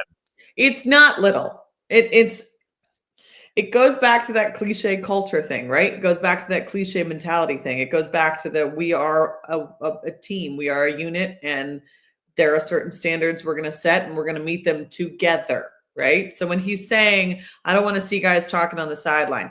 I remember when I was a student and our football teams were terrible, I'd be standing there and I'm like, do these guys know that they're losing by 30 points? Like the way that they were talking and carrying themselves on the sideline was just like, they weren't even taking the game seriously and they didn't care. Right. They didn't care. So what Kurt's talking about there is we're going to make sure we set a standard of you will care. And if you don't care, if you are talking on the sideline, we're going to have a problem, right? I mean, that might, I don't like it sometimes when people criticize old school, I'm not saying Kurt Cignetti is old school, but certain old school coaches he might be, he's a little old school. But like, you can call him that. Though, like, I don't like it when people criticize old school coaches because they kind of have certain rules like that people see as too strict. I'm like, those rules are likely there for a reason. Let's not forget. And this is no disrespect to college students, but they are college students. Yeah. These are not professional athletes being paid millions of dollars. Well, they are being paid now, but you know what I mean? They are young. When I was young, no matter how good at my job I was, which sometimes I wasn't, but when I was good at my job, I still needed people to set rules for me and set a standard because I was young and dumb, and they need to be reminded of that. And to be fair, probably this group doesn't need to be reminded of that very often. It seems like he runs a tight ship, but not such a tight ship where it feels like, you're going to be screamed at like he was talking about. We're losing. He's like, I'm not going into the locker room at halftime and like reading the riot act to them. I'm going in there and I'm going to calm everybody down. So you trust your leader. When he sets rules like that and they work, you have a trust and a respect for him. And that seems to be what's happened. Yeah, there's a great comment that he has in another clip about how he tries to limit what he says to the team. He wants every word to count. And it's this idea that if you talk too much, sometimes your message gets lost in the shuffle. You get tuned out by guys. It's just, with this group, I think with the thing I take the most from them, Joe, and you've probably seen this more just being in availabilities and covering the games, is like they seem to genuinely enjoy playing with each other. They seem to genuinely enjoy working on behalf of each other. And there's a pride, again, I'll use that word, in how they do things. And that's the kind of thing, that's what leadership, if it's done right, will do for you, is that kind of thing, descends from the top. You have to have, as Trisha was saying, you have to have somebody who's patterning behavior. especially at the college level, to really be able to fully embrace and understand what you have to do to attain success, because most of these players have not attained that level of success. They haven't had success at the highest levels of college football. And Cignetti certainly had a taste of that while he was at Alabama, and seems to have this secret sauce where he's able to get that message across to his players in a way that not just is understood, but it's embraced by them. Yeah, I will say about like the maturity of this team. They're an older group, especially that core group of starters. A lot of the JMU guys, obviously Curtis Rourke is married, so and is 23, 24 years old. So that does help a lot when you have guys that have been in the college game for a lot longer. But again, he is coaching and being kind of a main mentor for these 18 to, I guess we'll put it to 24. And it's, I guess, I think this is the last season of where we're going to see 24-year-olds with all the COVID and redshirt and everything like that. I might be eating my words here next year, but I will say Cignetti has done a great job of being able to make those points, like you said. And I want to bring up, it was the first time he was on the Pat McAfee show, I believe. And he talked about how he would rather have an hour 45 practice than a 2.5 hour practice or 2:15, because if you can get in, get your work done, and get out, that is so much more successful than wasting, I guess he said, wasting time, spending more time than you need to, wearing your guys out. So he's kind of just down to the minute on these things, down to, like you said, in the post-game halftime talks, he's down to finite amount of words. He gets his point across, and it's working. And it's working very well. I mean, there's 4 10-0 teams in the country. And, BYU was very close to not being, there's 4 undefeated teams in the country, and BYU is very close to not being one of those undefeated teams this past weekend. We were planning at 8:30 to go ahead and launch into a live watch of the CFP playoff ranking reveal for this year. Of course, ESPN in their infinite wisdom continues to schedule college basketball games into 2-hour windows like they ever end at the 2-hour mark. So Michigan State and Kansas are it's a 6-point lead for Kansas, and Kansas is just about to kind of, get fouled for the next 30 minutes. So it's great. Stick with us here as we'll be watching this as it goes along. We did hear there was a great interview that Josh Pose from IU Sports Media did with Justice Ellison, talking about why he came here. And Justice is a really interesting story, a guy who was at Wake Forest, Virginia native, got recruited as a receiver by Curt Cignetti at James Madison, ends up going to Wake Forest, gets a lot of experience there, ends up getting a transfer opportunity with Indiana. Let's hear a little bit about how he got here and how an unexpected connection to IU athletics ended up being the bridge for this. You played high school basketball with Xavier Johnson. Yeah. And he was part of your recruitment, I hear? Yeah, he was. He when I got offered here, I hit him up. I was like, man, what's Bloomington about, man? I never even heard of Bloomington. I was actually in class. I was in class at Wake Forest still. So I was, right at class about to end. And then I look up little Bloomington. I'm like, what's Bloomington about? What is that? And I'm like, oh, shoot. Okay, they got motion going. Let me hit up Xavier. I hit him up, man. He like, man, dude, you got to come here, Juice. Like, this is the perfect spot for you. You fit right in and, come be a part of something great, bigger than you. That's what you want to do. Come do it, man. This is the place to do it. And I was like, man, I'm going to commit. I know I'm going to commit. But I was like, let me ease up and take my visit and see how I feel. And no brainer. So. I love that. No brainer. Xavier Johnson doing some recruiting for IU football. You got to love seeing that. How could you not love seeing that? I mean, that's like basketball helping football. It's like basketball's like, yeah, we've been the star of the show for so long. Let's share the love. So I love that. That's amazing. A very random poll that he ends up playing basketball in high school with Xavier Johnson, who, granted, had one of the longest college careers, I think, of any college player. It was like 6 full seasons. But that is a really cool thing to see. And certainly, I mean, Justice Ellison, one of many transfers, Joe, that have come in. And since we're here to talk about NIL and talk about, many of the benefits that go in to donations to Hoosiers Connect at In for Indiana, this is exactly in that mix. This idea that you've got to have the financial resources in place to be able to go out and compete for guys and bring them in. And it's fascinating because we talked about this earlier in the show with some of our other guests, but it's like, this was not an all-star roster of players coming in. This was not the top players in the SEC transferring to Indiana or the top players in the Pac-12. I mean, Curtis Rourke had a great career. He was the MAC player of the year, or quarterback of the year, but he also missed a whole season due to injury. This was a guy that anybody could have picked up. He ends up coming to Indiana because they were like, this is a guy who could absolutely be the leader of our team. You've got Justice Ellison. You've got Tyson Lawton. You've got all of these JMU transfers that have come in. You've got, guys from Texas Tech. It's just this fascinating mix of players, along with the players that were still here, the Omar Coopers and the Jacob Mangum Farrars, and, the players that were already established.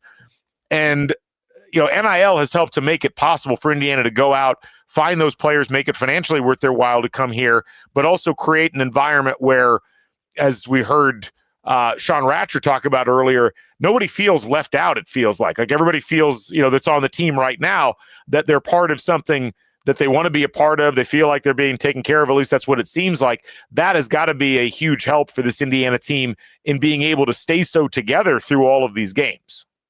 Yeah, I think with the root core of Cignetti, his staff, and the JMU guys, their vision immediately was being a part of something big, and they chose, obviously, IU. And IU was one of the few power schools that were offering Curt Cignetti this gig. And you inherit, like we've said before, the losingest college football program of all time. And to make something big, you have to, I guess, be something big. And that's what this team, that's what this coach, that's what this staff believes in. And, having these connections like Justice with Xavier Johnson, a little extra nudge in the right direction, stuff like that. And then they go out and get a guy who is proven at, group of 5 level, wants to make a jump up, maybe boost his draft stock. He's great build for a quarterback, and Curtis Rourke steps in and is playing like one of the best quarterbacks in the country when he's been healthy. He's missed a game and a half and still top 5, top 4 in stats in the Big Ten, has the best passer rating in the Big Ten. Had one iffy interception on the one he was targeting Surratt on, but he's still been tremendous up to this point. And then some of the other guys from the different school, obviously Justice Ellison, I mentioned him. Miles Price coming from Texas Tech. It's a weird scheme, just wanted a new system, and it's been working well. And it just goes back to the mentality. Like Miles Price, he comes in as a receiver from a power school, sees the competition is guys like Omar Cooper, Elijah Surratt, Donovan McCauley at the time, and he's like, okay, maybe this can be my time. We've talked to him about hey, how does that group of wide receivers kind of fuel yourself to be better? And he's like, I love them. They're dogs. They're dogs helping dogs. And I know that's kind of a weird quote from him, but it's just there's not a big ego in that room that's one guy needs to step up, because it's something that's happened with this Indiana team as far as receivers. I know I'm going on a tangent. It's been a different guy every week. I mean, Keyshawn Williams, arguably the best offensive player last week. He had 70 yards, some big time receptions, and then obviously the punt return that kind of won the game in a sense to get that last field goal. Yeah. It's really exciting to watch. We're continuing to wait as predictably the free throw parade has started in this Kansas Michigan State There game. we go. But in the meantime, since we want to get you folks over to the Hoosiers Connect site, I wanted to cover a couple of things here. First of all, if you go to inforindiana.com, you can give donations, and probably the best way to do this is to create a membership, and they've got a bunch of different levels of membership that you can engage in, all the way from the member level, which gives you access to the Hoosiers Connect member site, plus a $25 discount on Hoosiers Connect apparel orders. You can do $10 a month. You can do $100 a year. You've got the Hoosier level, which is at the $25 a month level, or you can do that for $250 a year, which adds some additional things, some athlete memorabilia and swag giveaways, some priority points. If you get to the cream level, you get 60 priority points, all the way up to the candy stripe level. You get to $1,000 a month. That's 600 IU athletics priority points. You also get 2 tickets to a women's basketball game and a men's basketball game. And you get a field level football suite, which I'll tell you, that's got some value these days. Jeez, yeah. That's a nice package. That is a nice package. Absolutely. So head over and check that out. And let's go and check out some of the merch too. We looked at this earlier. I need eyes from both of you on this. What's our favorite merch out of this mix? We've got obviously some of the Imperial stuff, the long sleeve and the Imperial shirt. We've got several. We got the red and white quarter zips. There we go. You big quarter zip guy, Yep. Joe. Yeah, I You like know, the quarter zip. I can't really rock the quarter zips to media stuff. Oh, the gray because- quarter zip but right there. I like quarter that one. zips and like sporting events, especially when The you're covering, light it's a gray good is very in. casual. Trisha, what are your thoughts on the vest, the But women's you know, vest? I tend to run cold, so I'm That's not sure if I'm going to survive this winter in Bloomington teaching. that So is that vest is on my list. that is the Floridian in you. Anyone Absolutely. listening wants to buy me a Christmas present early, or my birthday was a week ago, I'll take that. And then Happy of course birthday. Belated. Thank you so much. we've got the hat, the Oh. cigarette win, Oh my gosh. which is now it was in stock earlier today. It is out of stock now. I'm sure it'll be back in stock. As it should be. I will say, Have you like ever the heard whole the words IU football apparel and out of stock in the No. same sentence? No, it's it's I been want funny one to of watch the those. embrace of cigarettes. I know. Like, It's like I understand it's his name. It's very easy to like pig sig and sig. Nobody's but- actually saying smoke cigarettes. Don't smoke cigarettes. it's just smoke the winning with the coming out of marketing. this. The marketing is there. Having that kind of name and being able to win, very marketable. And Yeah. it is made for some hilarious merchandise. I can't lie. Saw some Sig 10 shirts going around. I Where saw it's the a, guys- cigarette. The cigarette is the eye. Big Ten painted on their chests at the game. That was an interesting one. Yes, Yes, that was. so I mean, good. I've never been. That's always an interesting, like painting your chest, especially in a November game. I know it was like 60 degrees, but like, is that worth it? Is that worth the while? Joe, I can say this, like there's guys for whom painting their chest and going to a football game is like that's the thing, and then there's everybody else. And I think you are in the everybody else mode. I think there. I'm gonna be And everybody else. It's broadcasters, like, listen, we love it. The broadcasters love it because it gives us something to talk about. And Yes, it it gives gives the a story. sideline reporters something to talk about. So let's do it. It's a Embrace it, definitely yes. it's a different breed of person that does that. Yo, Joe, you know what would really bother you? I used to work in Green Bay, Wisconsin. I covered the Packers for Oh. 2 years. And like some of those games were like legitimately dangerously cold. Like I covered a game when the wind chill it was -20. And guys would still come out painting their chests. I never painted my chest before, but I did go to a Green Bay game last year in November, I believe. It was the Packers Rams. And I did tarp off briefly because I was bet to. But that was cold. November? And it was November in That's Green Bay. child's play in Green It Bay. was still cold. I mean, Come on. November still is in like college. summer So in like, Green Bay, isn't it? but eventually, I'll make the leap to a playoff January game.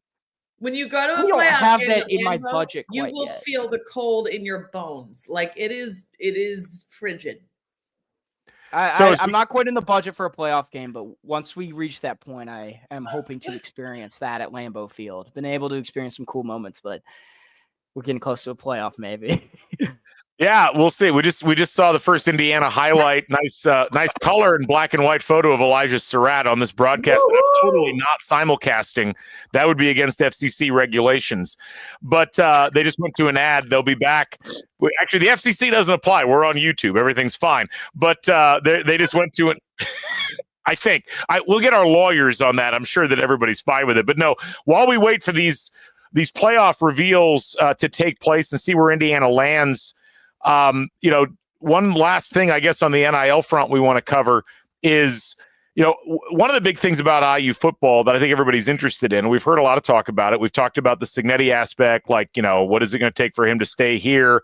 I'm optimistic that he's going to stick around, but a lot of it is what kind of financial support does the football program get moving forward as they try to navigate this NIL era. You've already seen a level of success that you didn't expect from Indiana very early. I think people have called it microwaving success overnight, which is kind of like most of the time success in college football is like making pasta. You got to put the water in the pot. You got to turn the stove on. You got to let everything get up to temperature, and you got to cook the pot. It takes a while. You're not going to do it in like a year. It's like 2, 3, 4 years. To be 10-0 after one season, especially after a season where you go 3-9, is really unusual. But this is where you find these opportunities, and having the money through NIL to be able to provide the football program with enough to sustain that, to go out and get, even better players and bring them in and continue to transform and maintain the program is just so incredibly important. So folks, as you're watching, as we get ready to head into the last 20 or so minutes of the program here, head over to inforindiana.com, consider doing a one-time donation or a membership or some of that great merch that we were talking about earlier on. Buy me a vest. Buy Trisha a vest. She would appreciate it greatly as the temperature gets a little colder here in Indiana. But, these are ways for you to get involved. And, certainly the big donors, we've seen some great donor matches. There was a donor match earlier on today, which matched everything up to $15,000 over the course of an hour. Some great generosity from some of the bigger donors, but this is where the smaller donors make a big difference as well. And all of it adds up to something. And, we just want to make sure you head over to Indiana, check it out. And keep in mind that, today is the day of giving. That's a big deal. But you can give all year long. It's not like this is the only day that you're doing this. If you're listening to this on the podcast feed later on, get over to In for Indiana. All the stuff's still going to be there. You're going to have an opportunity to get involved. And, Joe, we see these numbers popping up all over the country, the amount of NIL being spent on players. But Indiana has already shown, with a slightly lower budget than the big boys, they're 10-0. They're ranked 5th in the country. Imagine what they can do with more resources as they move forward with all of this. Yeah, it's interesting. It's very touchy at times to talk about, to watch. You always see those videos of Texas recruiting, and they got Lamborghinis lining their stadium. I've never understood the appeal for that. I get it. It's hey, 17-year-old, you want a Lamborghini? There you go. I guess there's the mentality right there. But I think that is not at all. Well, I like to know. I would like a Lamborghini if anybody's. Yes, yes. If I could drive a Lamborghini, that's great. I want a vest. You guys want a Lamborghini? It's the same thing. One and the same. Apples and oranges, I guess. But I think with proper restrictions and regulations, it can be used for good. Because it's something we've talked about before. Is if I wanted to 4 years ago, say I was in college 4 years ago, and I really wanted to sign my name and sell it, I could have. And even if it was for $1, and I wouldn't get in any trouble. But Devontae Smith, Heisman winner, if he did that, he would have gotten suspended or something like that. So I do think absolutely that if the opportunities are there, they should be able to profit off of that. Yeah. I think there are ways to go about making it right. Well, where it's not just. A lot of it really just comes down to the ever-changing landscape with this. And so this is where ultimately it's so new. This is where the NIL collectives like Hoosiers Connect, which is, widely considered one of the best collectives in the country in terms of how organized it is. And Pete Yonkman and that whole group have done a great job of setting everything up, and they work with IU athletics very closely. This is where that really comes into play.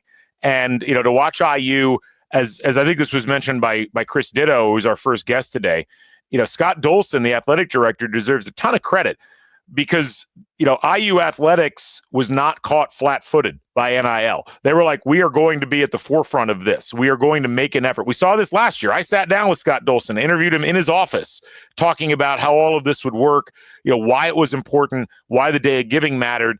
And he was able, to very lucidly say, look, this has got to be something we're good at if we're Indiana. We're not going to settle for being behind the 8 ball with things. And so it's really, really exciting to watch Indiana, have this level of success and have so many opportunities to put themselves in a position to be even more successful as they move forward. So we're watching the college football playoff reveal right now. They've just done the first 5 teams. Of course, there's 3 SEC teams ranked 21, 22, and 23. My antenna are immediately up in a little bit of concern. I hate seeing that. But, Joe, let me start with you on this. Indiana, they were 8th in the seeding, but because of the way that everything got placed in, they were 9th in the bracket. They had a game matchup at Neyland Stadium against Tennessee in that first projection. Now, obviously, we got weeks to go. There's a lot of different things that are going to happen. But, when we talked about that a little bit last time, that's an intriguing matchup. It's a matchup if you're Indiana, you're like, well, hey, A, we're in the playoff. That's great. But B, that's probably a team you could keep pace with or maybe even win, given how good Indiana's offense has been so far this year. Yeah, looking strictly at an IU-Tennessee game, I think neutral-sided, IU has a strong advantage. and starting with quarterback. And that's nothing against Nico. I'm sorry, I'm not going to try and pronounce his name right now, but he's a redshirt freshman. This is his first full year starting. He's apparently in concussion protocol. I just read that on Twitter after getting knocked out against Michigan State. So, yeah. But anyway, go on. But Nico Iamaleava, I believe is how it's pronounced. If it's not, then I'll go back and fix. But he's a very young quarterback, very talented. I do think down the road I'm going to be seeing him on NFL Sundays. But Curtis Rourke has proven that he is able to step up in big ways. Right there at a matchup standpoint, I'm going to take IU on a neutral site. At Neyland, things get dicey. That's one of the best atmospheres to play in. IU will have a little bit of experience playing in an atmosphere like that because they're in Columbus next Saturday. So yeah, I think that would be a lot of fun for both teams. It could be high scoring too. Tennessee is an electric offense to watch. IU has proven to be an electric offense. Both defenses are good. IU might have the edge on defense just from a numbers standpoint. And then obviously you can run into the strength of schedule. Oh, Tennessee's played this. IU's only played Ohio State. But I think you got to throw all that out the window when looking at this. I will say for this upcoming rankings that's getting live right now, IU, I imagine, will go up with everyone that lost, like the Georgias, Miami, stuff like that. Maybe. I think it's going to be interesting because you're still going to have that. We just saw 19 through 15 revealed. So Louisville, Washington State, Colorado, Texas A&M was in that mix, a team that I should be remembering but has just left my memory. But we see now they reveal, so Boise State 13th in the rankings, but actually 12th because you have to put that group of 5 team in that wherever they sit or whatever that 5th ranked conference is. So Boise State sitting as the 12th seed, even though they're 13th in the seeding. And this is where this gets confusing. And we're talking about this live as it happens. So we'll just be live reacting to this. But the first team out, Georgia in this, and the second team out, SMU. That's interesting. Georgia loses that game to Ole Miss. Georgia was third, I think, in the last reveal. They drop out of the playoff after losing that game to Ole Miss. That might bode well for Indiana, given where Georgia was. So that's very interesting. I was not expecting that. One of the big arguments that we've seen is all these SEC teams, even if they've got 2 losses or 3 losses, well, hey, they've played a better schedule, even if they might have some questionable losses. Georgia is kind of the one team you could argue Ole Miss and Alabama, those are your 2 losses. Those aren't that questionable in nature. And on the road too. Right. I think they're getting gypped a little bit, and that's even a 2-loss team. If there's any 2-loss team to be in, it would be Georgia. I feel like. So now we've got the next team in the last at large, so to speak. Ole Miss, who beats Georgia, gets ranked ahead of Georgia, and now they are in the playoff with an 8-2 record. So that's going to be that becomes the issue. Yeah, exactly. So that's where that whole argument of head to head and everything gets so. Too much just blabbering. Now, Tricia, one of the things we're watching out for here, if Indiana happens to pop up as a team that is seeded 8th or better, they could potentially host a first-round playoff game at Memorial Stadium. Can you imagine that scene? Stop. I mean, given what we've seen around Memorial Stadium, so you don't even want to process this information? I don't want to get excited. Okay, I have PTSD. Playing football in the past, okay. Alabama. They would have to rapid build some bleachers on one of the end zone. Get 10,000 extra fans in there. So Alabama, something like that. Alabama, big win over LSU. LSU got knocked all the way down to I think 21st or 22nd. So Alabama now 10th. So they would also be on the road. These would be some frightening games to host if you're a team that's hosting one of these. And we're getting ready for. So Miami drops to 9th after their loss to Georgia Tech, but because they are the ACC champion, they are the 4th. Yep. And for those of you who aren't aware, the top 4 conference champions are seeded 1, 2, 3, and 4, regardless of where they fall in terms of the actual ranking. So that's why Miami jumps up and hosts a game there. So that's intriguing.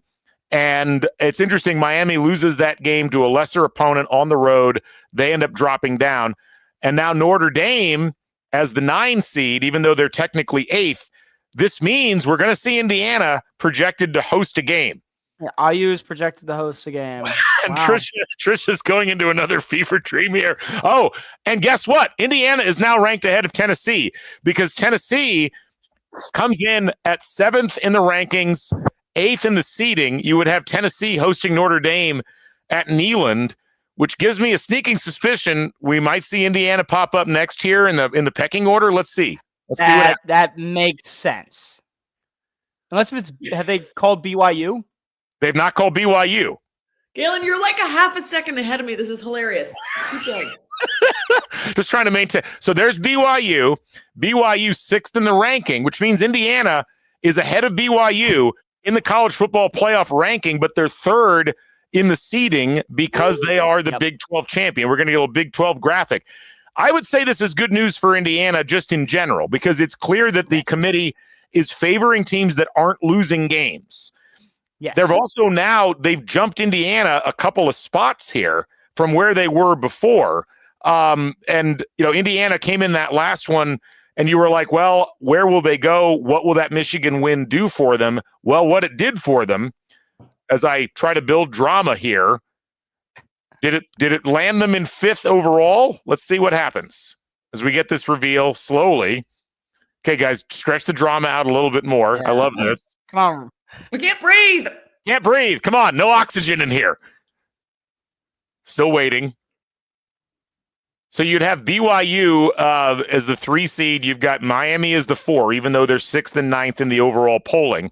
And there's Indiana, 5th in the college football playoff rankings.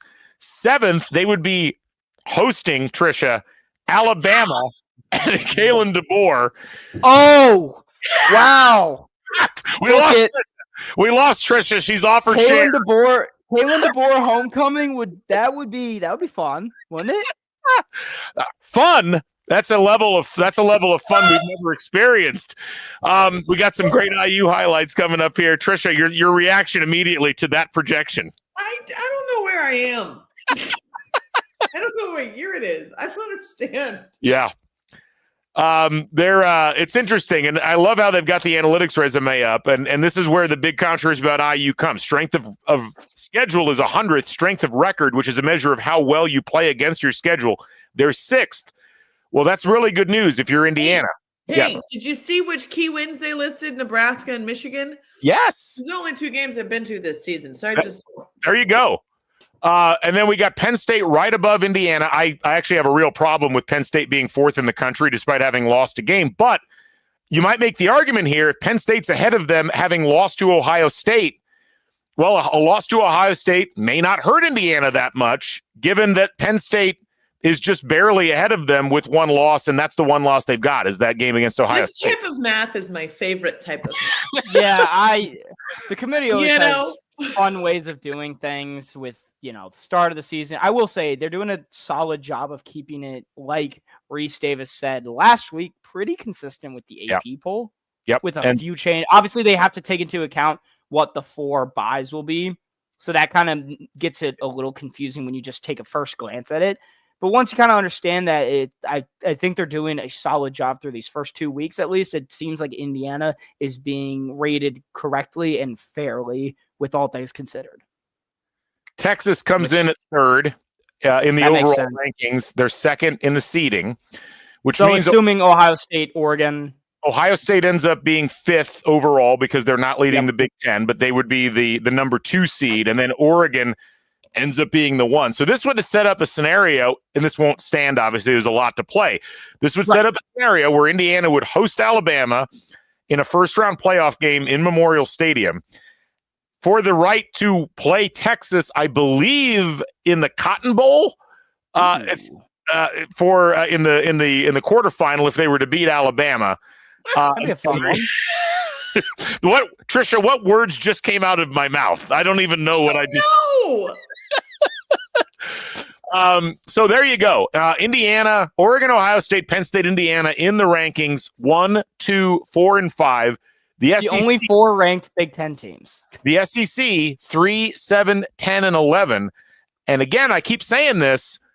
And again, ACC with 1 team in Miami, Big 12 with 1 team in BYU, Mountain West the 5th ranked conference. But again, I was trying to talk about this last week. We heard a bunch of punditry about how, the SEC teams are they're going to get 6 teams in the playoff or whatever because they're all playing each other. But here, the committee's kind of saying, like, we're not going to just reward losses.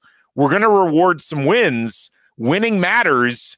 And I think this kind of upends this argument that somehow the SEC is going to load a bunch of teams in just because they play each other. If they've got 2-3 losses, it looks like they're going to value you lose one game. Okay, that's fine. That's really good news for Indiana as they head into this last couple of weeks of the season. Absolutely. And I will say, we didn't really mention it at all this show, but the bye week couldn't have come at a better time. With everything that's just happened, left guard Drew Evans is out for the season. That was announced Thursday before the game. The team just looked like, they've played in 4 straight weeks. They're 4 toughest opponents up to that point. And then they get a week off before the biggest game of arguably IU football history. And I think it's setting up very well. I mean, let Curtis Rourke rest a little bit, especially when, he's still nursing. He had surgery on his thumb. Like that. Yeah. That's a real thing that happened. And he's not going to be 100% the moment he steps back in. I think it's good for this team to take some time to themselves, soak in what they're doing, first off, and realize, we are 10-0. Yeah. Like that's something for real. And look, one of the things I'll note, and actually ESPN's just put this graphic up, like Georgia and Tennessee play each other this weekend. And I could see, like if Tennessee wins, like that does not help Georgia. If Georgia wins, do they take Tennessee's place in the rankings? I think that's a real question at this point. So, and that's where it gets fun because, like, if Georgia beats Tennessee and they're somehow over Ole Miss, then everyone's screaming, "Oh my gosh!" And it just becomes the riff-raff all over again. But well, look, I think the big they're respecting the Big Ten. Yeah. Also winning. This is tremendous from Trent McElroy. Greg McElroy just said, if it's snowing in Bloomington, it's an advantage against an SEC team. Frankly, it's been a very warm fall. I don't think that moved the needle either way. That's also like a lot of the team is like Virginia guys. I know, right? It's it's not a lot of like cold. This is not some old school Big Ten football team. This is like a high powered. I don't know really good team. I'm not sure if you can fever dream snow. I'm not sure if those two things like live in the same environment, but we'll just go ahead and run with that. Anyway, Trisha, I think you have to now think about the idea of IU potentially hosting a playoff game in Memorial Stadium. This I can only imagine the scene if like an Alabama or an Ole Miss or a Tennessee comes here.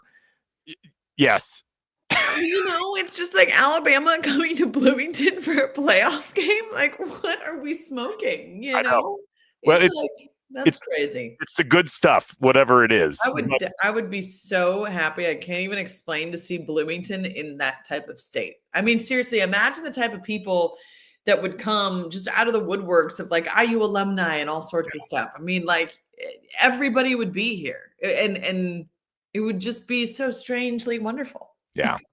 Well, we've got that to look forward to, and obviously a lot of season left to be played. A lot's going to depend on how Indiana plays in Columbus. A lot's going to depend on how sizably they beat Purdue. That's a non-questionable thing at this point. They have to beat Purdue by a large margin regardless of what happens against Ohio State. Style points matter in the college football playoff rankings. Playing well in Columbus, potentially beating the Buckeyes, that matters as well.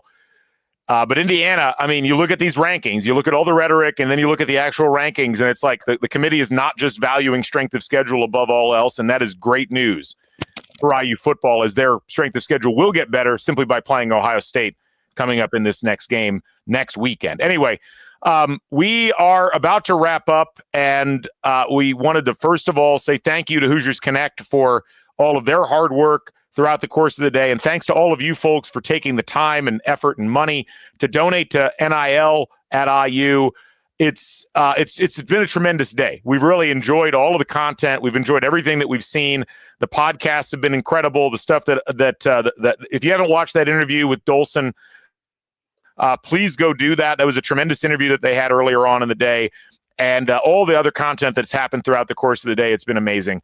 And my thanks to all the guests that we had on earlier, Chris Ditto, Mark Suter, Sean Ratcher, and then, Trisha and Joe, thank you for your work here over the last hour plus. This has been a lot of fun, just kind of reminiscing on how this season's gone, the excitement around this IU football team, and how much NIL has mattered. Tricia, let me start with you. I mean, we've talked about this a bunch off air, but just it's so fun to have an exciting IU football program, one that's just giving joy, where the players are engaged, the fans are engaged. It's a fulfillment of a lot of dreams and a lot of just things that people didn't expect might happen here in Bloomington. And I'm glad you've gotten a chance to experience it. And it's been fun watching your reactions as you've seen things that just frankly haven't been around that much with IU football. And a lot of it's been wrapped up in Indiana being able to take this next step, just in terms of building a program. Whenever anybody asks me what my favorite word is, it's always joy. And I never thought that joy and IU football would really be in the same conversation, but it is. And you're right. It is cool to see this happen. It's just cool to see, and I think Mark Suter, he was talking about it earlier on here. He was like, it's not just a game. It's not just a game. Like, this is not just a game. When you donate to NIL and Hoosier Connect, this is not just donating to a game. This is donating to, a community that is starving for good football. And it's also donating to, when you think about it, good football brings economy, good football brings attention to this town. Good football it brings all good things. It's not just a game. It's inspiring the next generation too. I mean, it's a whole lot more than just a game. So that's what's been cool for me to see. Joe, as we head into this bye week, as you mentioned, this is a tremendous time to have the bye week. Everybody can kind of take a break, relax for a little bit, reset their brains. Huge game against Ohio State coming up. We'll have Bison Chat going on next week. We'll obviously dive into that in detail, but just a lot of fun coming out of that Michigan game, and seeing Indiana this high in the college football playoff rankings with a couple of games left to play and a lot of destiny in their own hands. I mean, you wouldn't want to be anywhere else right now than where Indiana's at right now. Yeah, I'll say this, before we leave, I said it last week too. This team is for real. This is a real football team that can take down big time opponents. And I'm fully in belief of that. They are playing like one of the best teams in the country. And I've watched college football for now 21 years, however long I've been alive. I don't really know, but I've seen a lot of good college football teams. This is one of those teams that kind of like wows you. And you're like, okay, this is real, regardless of the story. And I think people should embrace that. 2 games left. Watch it. Go to it. Have fun. I mean, if there's ever a time to do it, it would be this 3-week stretch here. Yeah. Well, Joe, I hope at some point you figure out how old you are. And we'll figure it out. You've got the bye week to work on that. So anyway, my thanks to all the folks that have joined us today. Chris Ditto, Mark Suter, Sean Ratcher, Tricia Whitaker, Joe Cronin, Emily Fox, helping to make all the magic happen behind the scenes. Thank you so much, Emily. My thanks to Alex Paul and the entire group over at Hoosiers Connect for making this such a special day. And my thanks to all of you IU fans for stepping up to the plate, for donating to IU NIL and making this thing work. This has been a tremendous season. It's going to be a tremendous close to the season. We look forward to talking with you about it here on CrimsonCast. So be sure to tune in. We'll have more podcasts coming up soon. For everybody I mentioned, I'm Galen Clavio. We'll catch you folks on the flip side. Bring back the Bison. Stay never daunted. Be in for Indiana. So long, everybody.